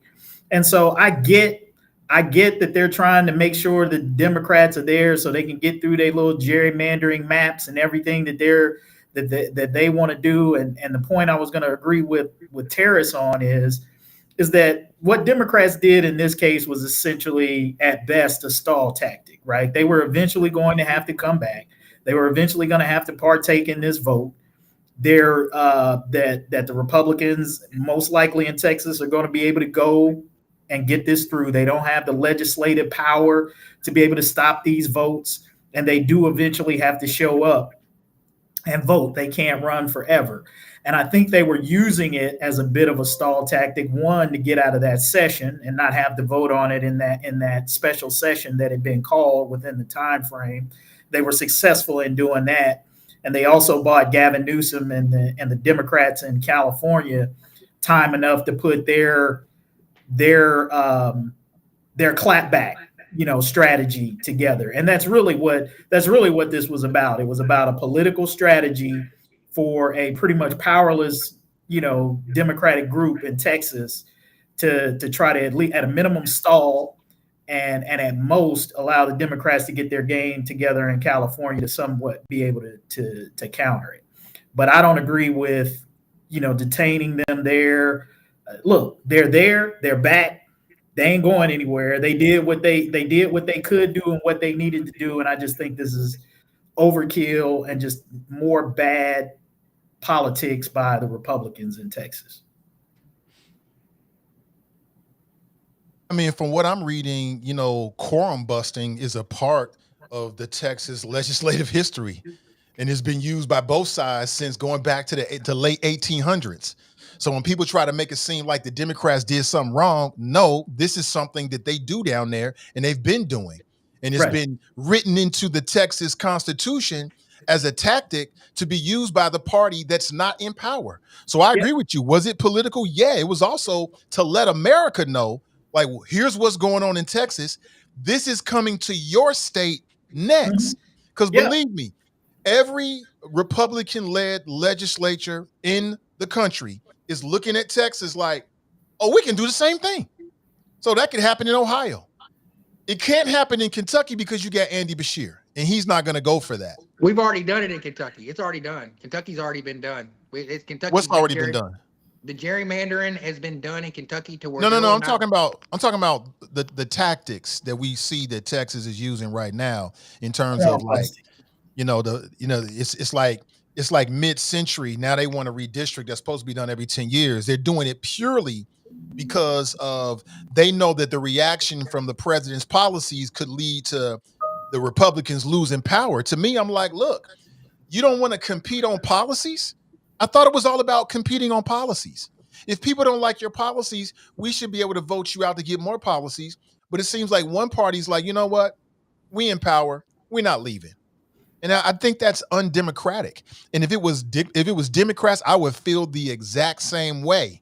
The exact same way. It's wrong. It should be the will of the people. And that's it. If you win, you win. If you lose, you lose. Get better policies. And here's the thing that I would agree with that Republicans say is absolutely 100% true. If Democrats, when it comes time to draw the maps, if Democrats are the ones in power, they're going to draw maps that favor them. Look, whichever party is in power and has the ability to draw maps, they're not going to draw per se fair maps that are going to put them at a political disadvantage. This much is true that both parties, when they've had the opportunity to be able to do that, have done things that have advantaged them. That's politics, right? Huh? Now, what's different here in this? You muted, Nathan. You muted. Right, that's just not true. Look at California. I mean, Gavin Newsom's been talking about it. It's clearly Democratic, but they went to an independent commission. They could have said, you know what, we're going to make the decision. So but that's one Democratic state. That's one Democratic state. It's the Democratic state. Can I ask about Ohio? Sure, but I guess my larger point is. Say again. Didn't Ohio? Haven't they had gerrymandering? Haven't they had gerrymandering problems that they've been going through Ohio of Supreme Court over for the past two election cycles? They haven't been able to get the gerrymandering right in Ohio. Am I not mistaken about that? So what happened was the people of Ohio voted to end gerrymandering. They passed a constitution. I think it was a constitutional amendment that more or less outlawed gerrymandering and came up with a requirement that maps had to be drawn fairly. Now, that doesn't mean that it would be equal Republican or Democrat, but they had to come up with a fair process for drawing the maps that created more competitive districts than what exists in Ohio now. The reason why it's been back in front of the Ohio Supreme Court repeatedly is because Republicans who have been in power have refused to do that. Like they had a redistricting commission that look at it, and they came back with maps that were, once again, that were ruled several times to not meet the criteria that Ohio voters voted for. And so that's what we're dealing with here in Ohio is you got a Republican legislature that kind of is refusing to do what the voters have said do. So that's why it keeps showing up in front of the Ohio Supreme Court here. And now it looks like they're trying to remedy even that by, making the entirety of the Ohio Supreme Court Republican. And they're going to gerrymander in Ohio too. They're following the same lead from the president and also Texas. So now they're going to redo the maps and try to get even more votes out of it. And I just think it's undemocratic. I don't care if you're a Democrat, Republican, whatever. It should be the will of the people. If the people vote for a Republican, they vote for a Republican. As long as it's a free and fair election. If people vote for a Democrat, they vote for a Democrat. I have to say this about what you said about Andy Beshear, though. He has, as much as I like Andy, he has no say-so and what goes on in legislation in the Commonwealth of Kentucky. He's the governor, and he's got a lot of pull, and I hope he continues to go on in his political career. But they gerrymandered Kentucky, I think it was last year or so, to where I can't see a Democrat winning a seat outside of Lexington or Louisville in the next 100 years. They might be. So I want to give credit for, instead of us saying that they're following Texas's lead, I believe Texas is following Kentucky's lead. And Andy Beshear wasn't even able to save them on that, because the gerrymander line, I went to go vote. I think it was in 2022. I went to go vote, and I went to go vote for somebody, and they gerrymandered the street right in front of my street. So the person who I'd been campaigning and wanting to go, been helping in her campaign, I couldn't even vote for because the line went across my street. That's how Kentucky is Republican for the next 100 years, in my opinion. I mean, I think I shouldn't say this because, the House and Senate seats, they do matter. And I think that's what we're really talking about here, more so than like a presidential race or anything like that. We're talking about our state legislative seats, and then the legislative seats that exist in Congress. And so these districts are extremely important. And I think it matters more probably in what you would call maybe purple places than deep red or deep blue places. Like California can do away with gerrymandering or make gerrymandering concessions or whatever they want there. There's little risk there because California is a pretty blue state, and it's probably not going to change anytime soon. And you might want to say the same thing in like deep red states, where the gerrymandering in reality probably doesn't make a lot of difference. But when you start talking about places like Texas, like Ohio, or like places where the demographics are much closer, right? Where you could see states that were once red or turning blue, or once blue turning red, where there's enough tension in there. That's where it really matters. And that's why this conversation in Texas, which, is one of those states where it's critical. Ohio is one of those states where it's critical. Florida is one of those states where it's critical. I think, these are the states where this sort of stuff really matters the most. Now, the Democrats can definitely do some stuff there in California that will increase, their federal standing, and they probably are going to do that now. I mean, I would say, because there's nothing that the Democrats in Texas can do to stop this thing at this point. They did about as much as they could do. And the next opportunity that they get to vote, this thing's probably going to, I think, they called the governor, or somebody called another special session. Is that right? Yeah, tomorrow. Yeah. So, I mean, it's probably a wrap on that. It is. Oh, absolutely. Yeah. And the thing about it is that they are doing away with districts that have a lot of black representation. Yeah. So basically, they're taking away black representation in the name of trying to give more power to Donald Trump and to try to maintain a power hold over the House of Representatives. Phil said something from the very beginning. He said that he thought that gerrymandering was one of the biggest problems. And Phil, you were 100% right. That is a huge problem. And that's why it was targeted, for a takeover. But what's your take about this situation, Phil? You're muted, Phil.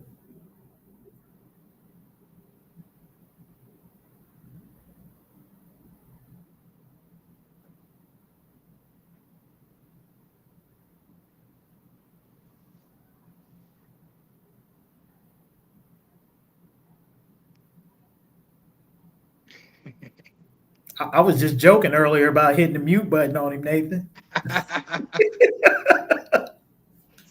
I want to bring up an interesting, while Phil's getting his mic thing together. Austin, Texas had a huge influx of people coming in there from, let's say, the pandemic to now. because they fled California and the strictness of things, and they moved to Austin. I can think Joe Rogan moved his podcast there. I think there was lots of podcasts and lots of stuff that was going down in Austin.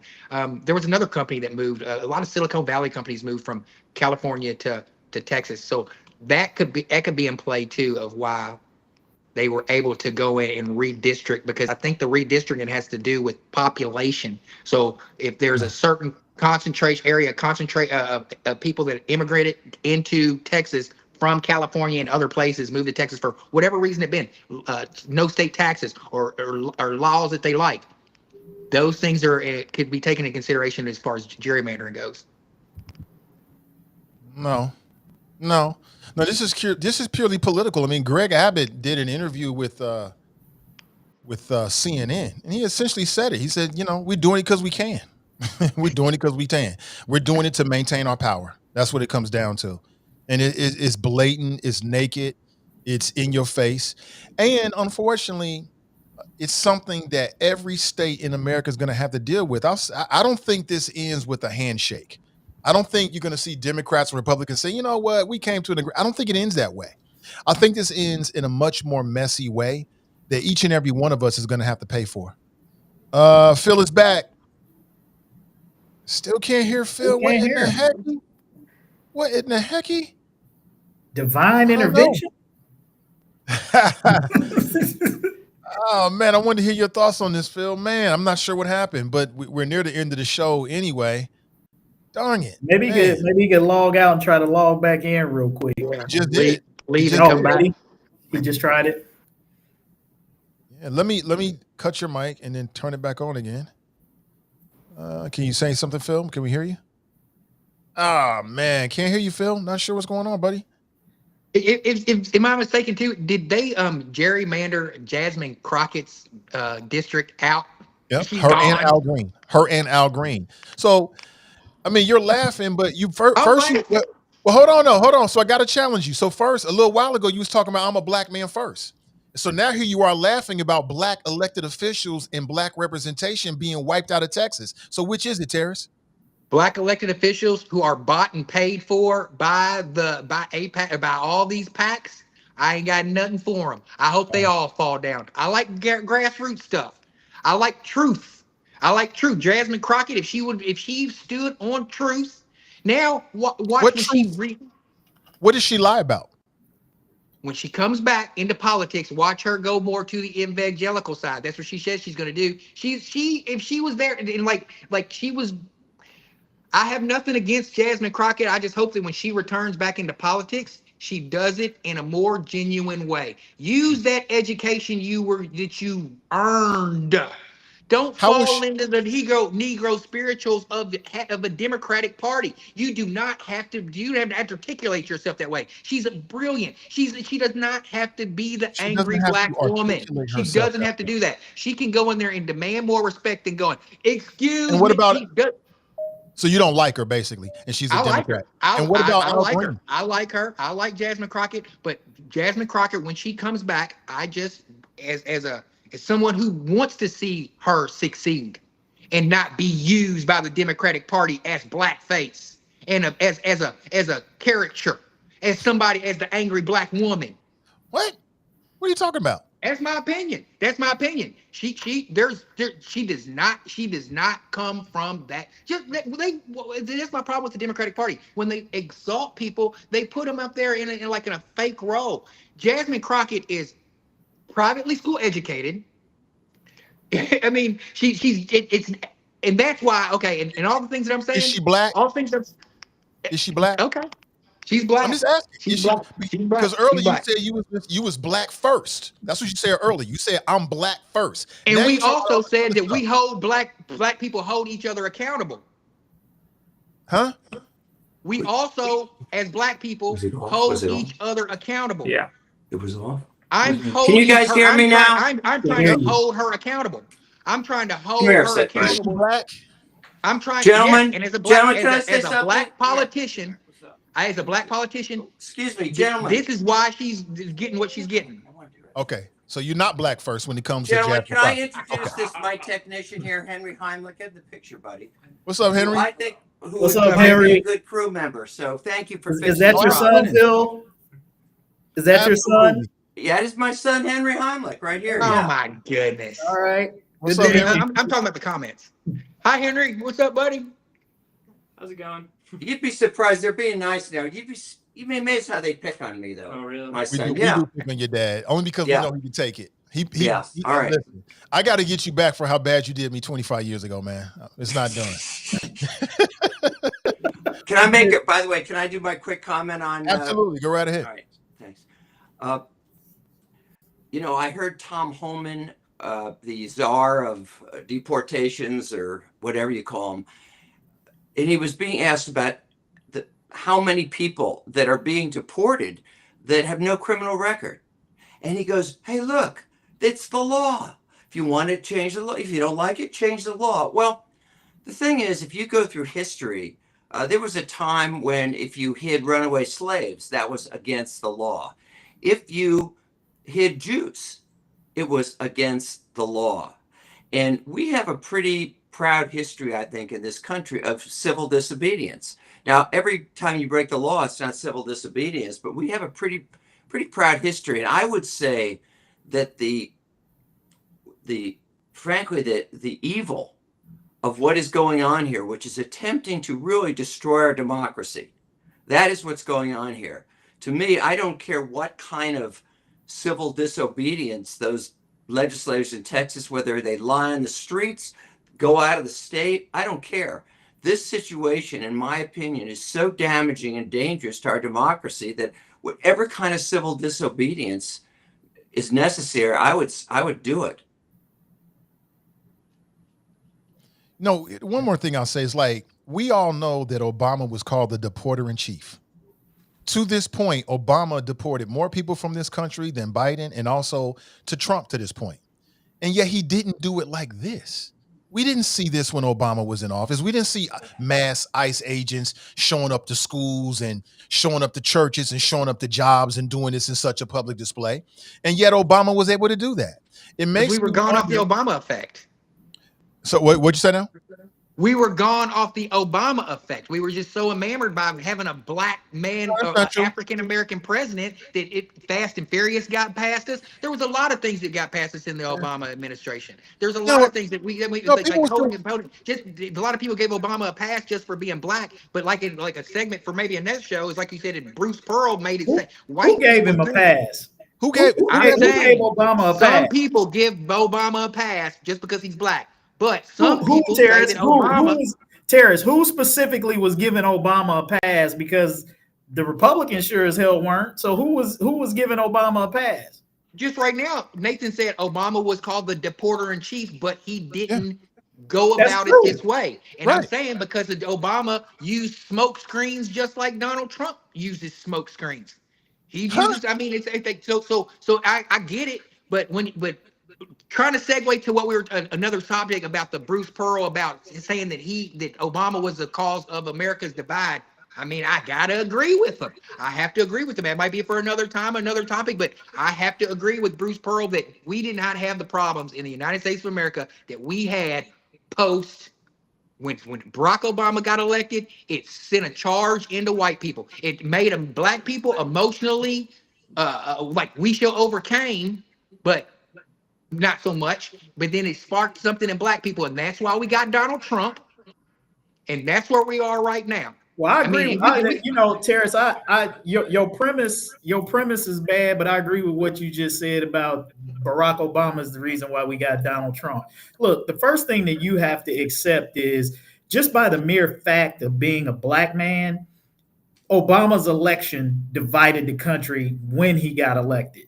Right, because there were some good old boys that were none too happy about a black person being elevated to the highest level of our government. Right, it had never happened before, and that's what really scared the bejesus out of some of these white nationalists who lost their stuff. Right, when Obama got elected, look the Tea Party. You don't even see the Tea Party anymore, right? Because they've morphed and transformed into MAGA.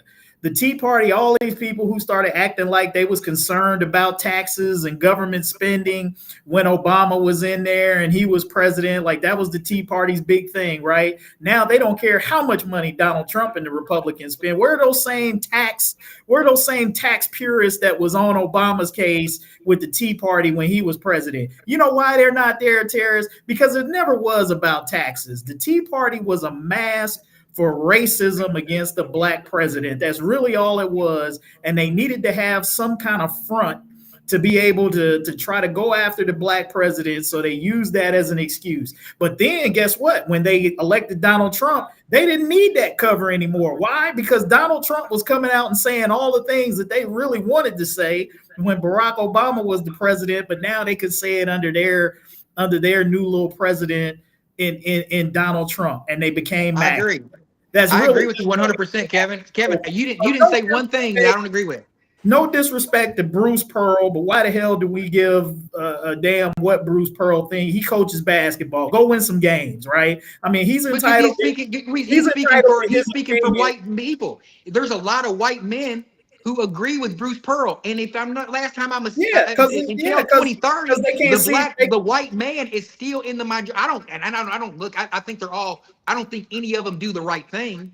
I don't think any white man right now does the right thing, but they still have opinions that we need to listen to. We need to listen to them and listen to what they're saying and not blow them under the rug like they don't have an opinion. We do need to listen so we can counter and go in the middle with them. It's not like Bruce Pearl is saying something that I agree with, but I do want to listen to him and then meet him in the middle and come to a conclusion. So here's my problem with Bruce Pearl. He said President Barack Obama's was a divider, right? So then he goes on to say, well, I didn't like President Barack Obama's policies. Okay, Bruce Pearl. So tell me what policies that Barack Obama had that you considered to be divisive. What policies did he have that's any more divisive than Trump's travel ban, than Trump's border policies? Then I can go down a myriad of policies that Donald Trump has, his elimination of DEI, like all of those things are divisive policies. What Bruce Pearl doesn't bother to even include is any specifics about what policies that Barack Obama passed that he found is divisive. What, healthcare? The most popular thing. Kevin, I agree with you. I agree. Any politician has done in the last 20 years. What, Kevin? what exactly? I agree with you. I agree with you. I'm saying when white people get challenged with what you're saying, they never have anything for. I think we're saying the exact same thing. I'm saying we need to listen to people like Bruce Pearl. So when we do challenge them back, they have to have an answer for us. They have to have an answer for us, but instead it's just, I did switching the goalposts. And then the more we articulate ourselves intelligently enough, when they put their foot out there and they make statements like the majority of them think that Obama is the great divider, and then we come back in with them articulate points, we should make them hold them to the fire instead of just letting them move the goalposts and go to another point. So I think that we're saying the exact same thing. You know what problem Bruce Pearl and I think what some, again, I'm not trying to paint white folks with a broad brush, but those who have a problem with Obama, or let's just say liberal policies, they don't have a problem with discriminatory policies that they've benefited from for decades. So when a politician like Barack Obama comes along and says, hey, we need to put policies in place that correct and offset decades of discrimination. This just ain't Obama. This is any politician who says this. They call that divisive. But the policies that have been in place that have kept people down and marginalized for decades, those aren't divisive policies. But when somebody comes in and says, hey, we ought to do something to fix this, now that's divisive. But when you're talking about white people, I'm saying, okay, I'll explain it. When you're talking about white people, they don't care. They don't care. Once Obama got elected, they went straight to inherently, oh my God, we don't want to see a black person in power.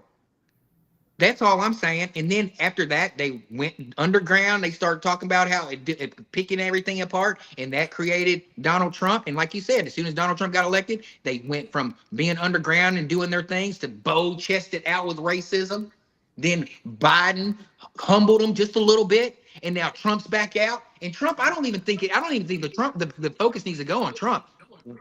JD Vance showed us who he is. You know, that's why I'm not talking about Trump. We're like the Trump deranged syndrome that we've had on this program for the past year. I think we need to focus on JD Vance when it comes to that kind of stuff, because Trump and Obama. So would it be fair to say that you have JD Vance derangement syndrome? I think I had Joe Biden. I had Joe Biden derangement syndrome. Everything was Joe Biden's fault for a while. And now I think I'm moving to JD Vance. Yeah. You jumping over the guy that's really in charge to talk about JD Vance. I get it. I understand. Well, we're after 3. I know you're all very busy people. I really appreciate your time. We can go ahead and wrap it up. We'll be back on Friday at 1 p.m. Phil, give you the last word, man. No last word, guys. No last word. Just good to be here. Can I just say, Fame hit me to something that I didn't know. He told me, he saw me drinking this Coke, and he told me that Pepsi was the drink of the black man, and that Coke was the drink of the bourgeoisie. I didn't realize I was bourgeois by drinking Coke, and that Pepsi was I did not know that. So thank you, Fang. I learned something new every day, and thank you for sharing that with me. I'm gonna still drink Coke, but I appreciate at least having the knowledge that I'm part of the bourgeoisie. When you drink, you put your pinky I know that. I'm gonna finish it off right here. I want to thank everybody for bearing with me today too. I'm in Alabama, in Gulf Shores, Alabama, with my sisters. I got 3 sisters, 3 beautiful sisters, and my wife. I'm the man on the girls' trip, so I'm just driving them around and hanging out with them. And it's been really good to have my sisters and my wife together. We're all under one house, and we're having a good time. So thank you guys for bearing with me on the audio. I'll be back Friday. And by the way, I appreciate the chance to have introduced Henry. You know, his grandfather was known as a great scientist, and you know what they say: genius skips generations. We can see. So what is it? Wait a minute. So what does that mean for you or your son? I'm trying to figure out. That himself. I think it was a self-gift. He self-gift himself. So did it skip your generation, or are you saying it's? Well, I'm sure you guys would say so. I gotta go to a party. Let's see.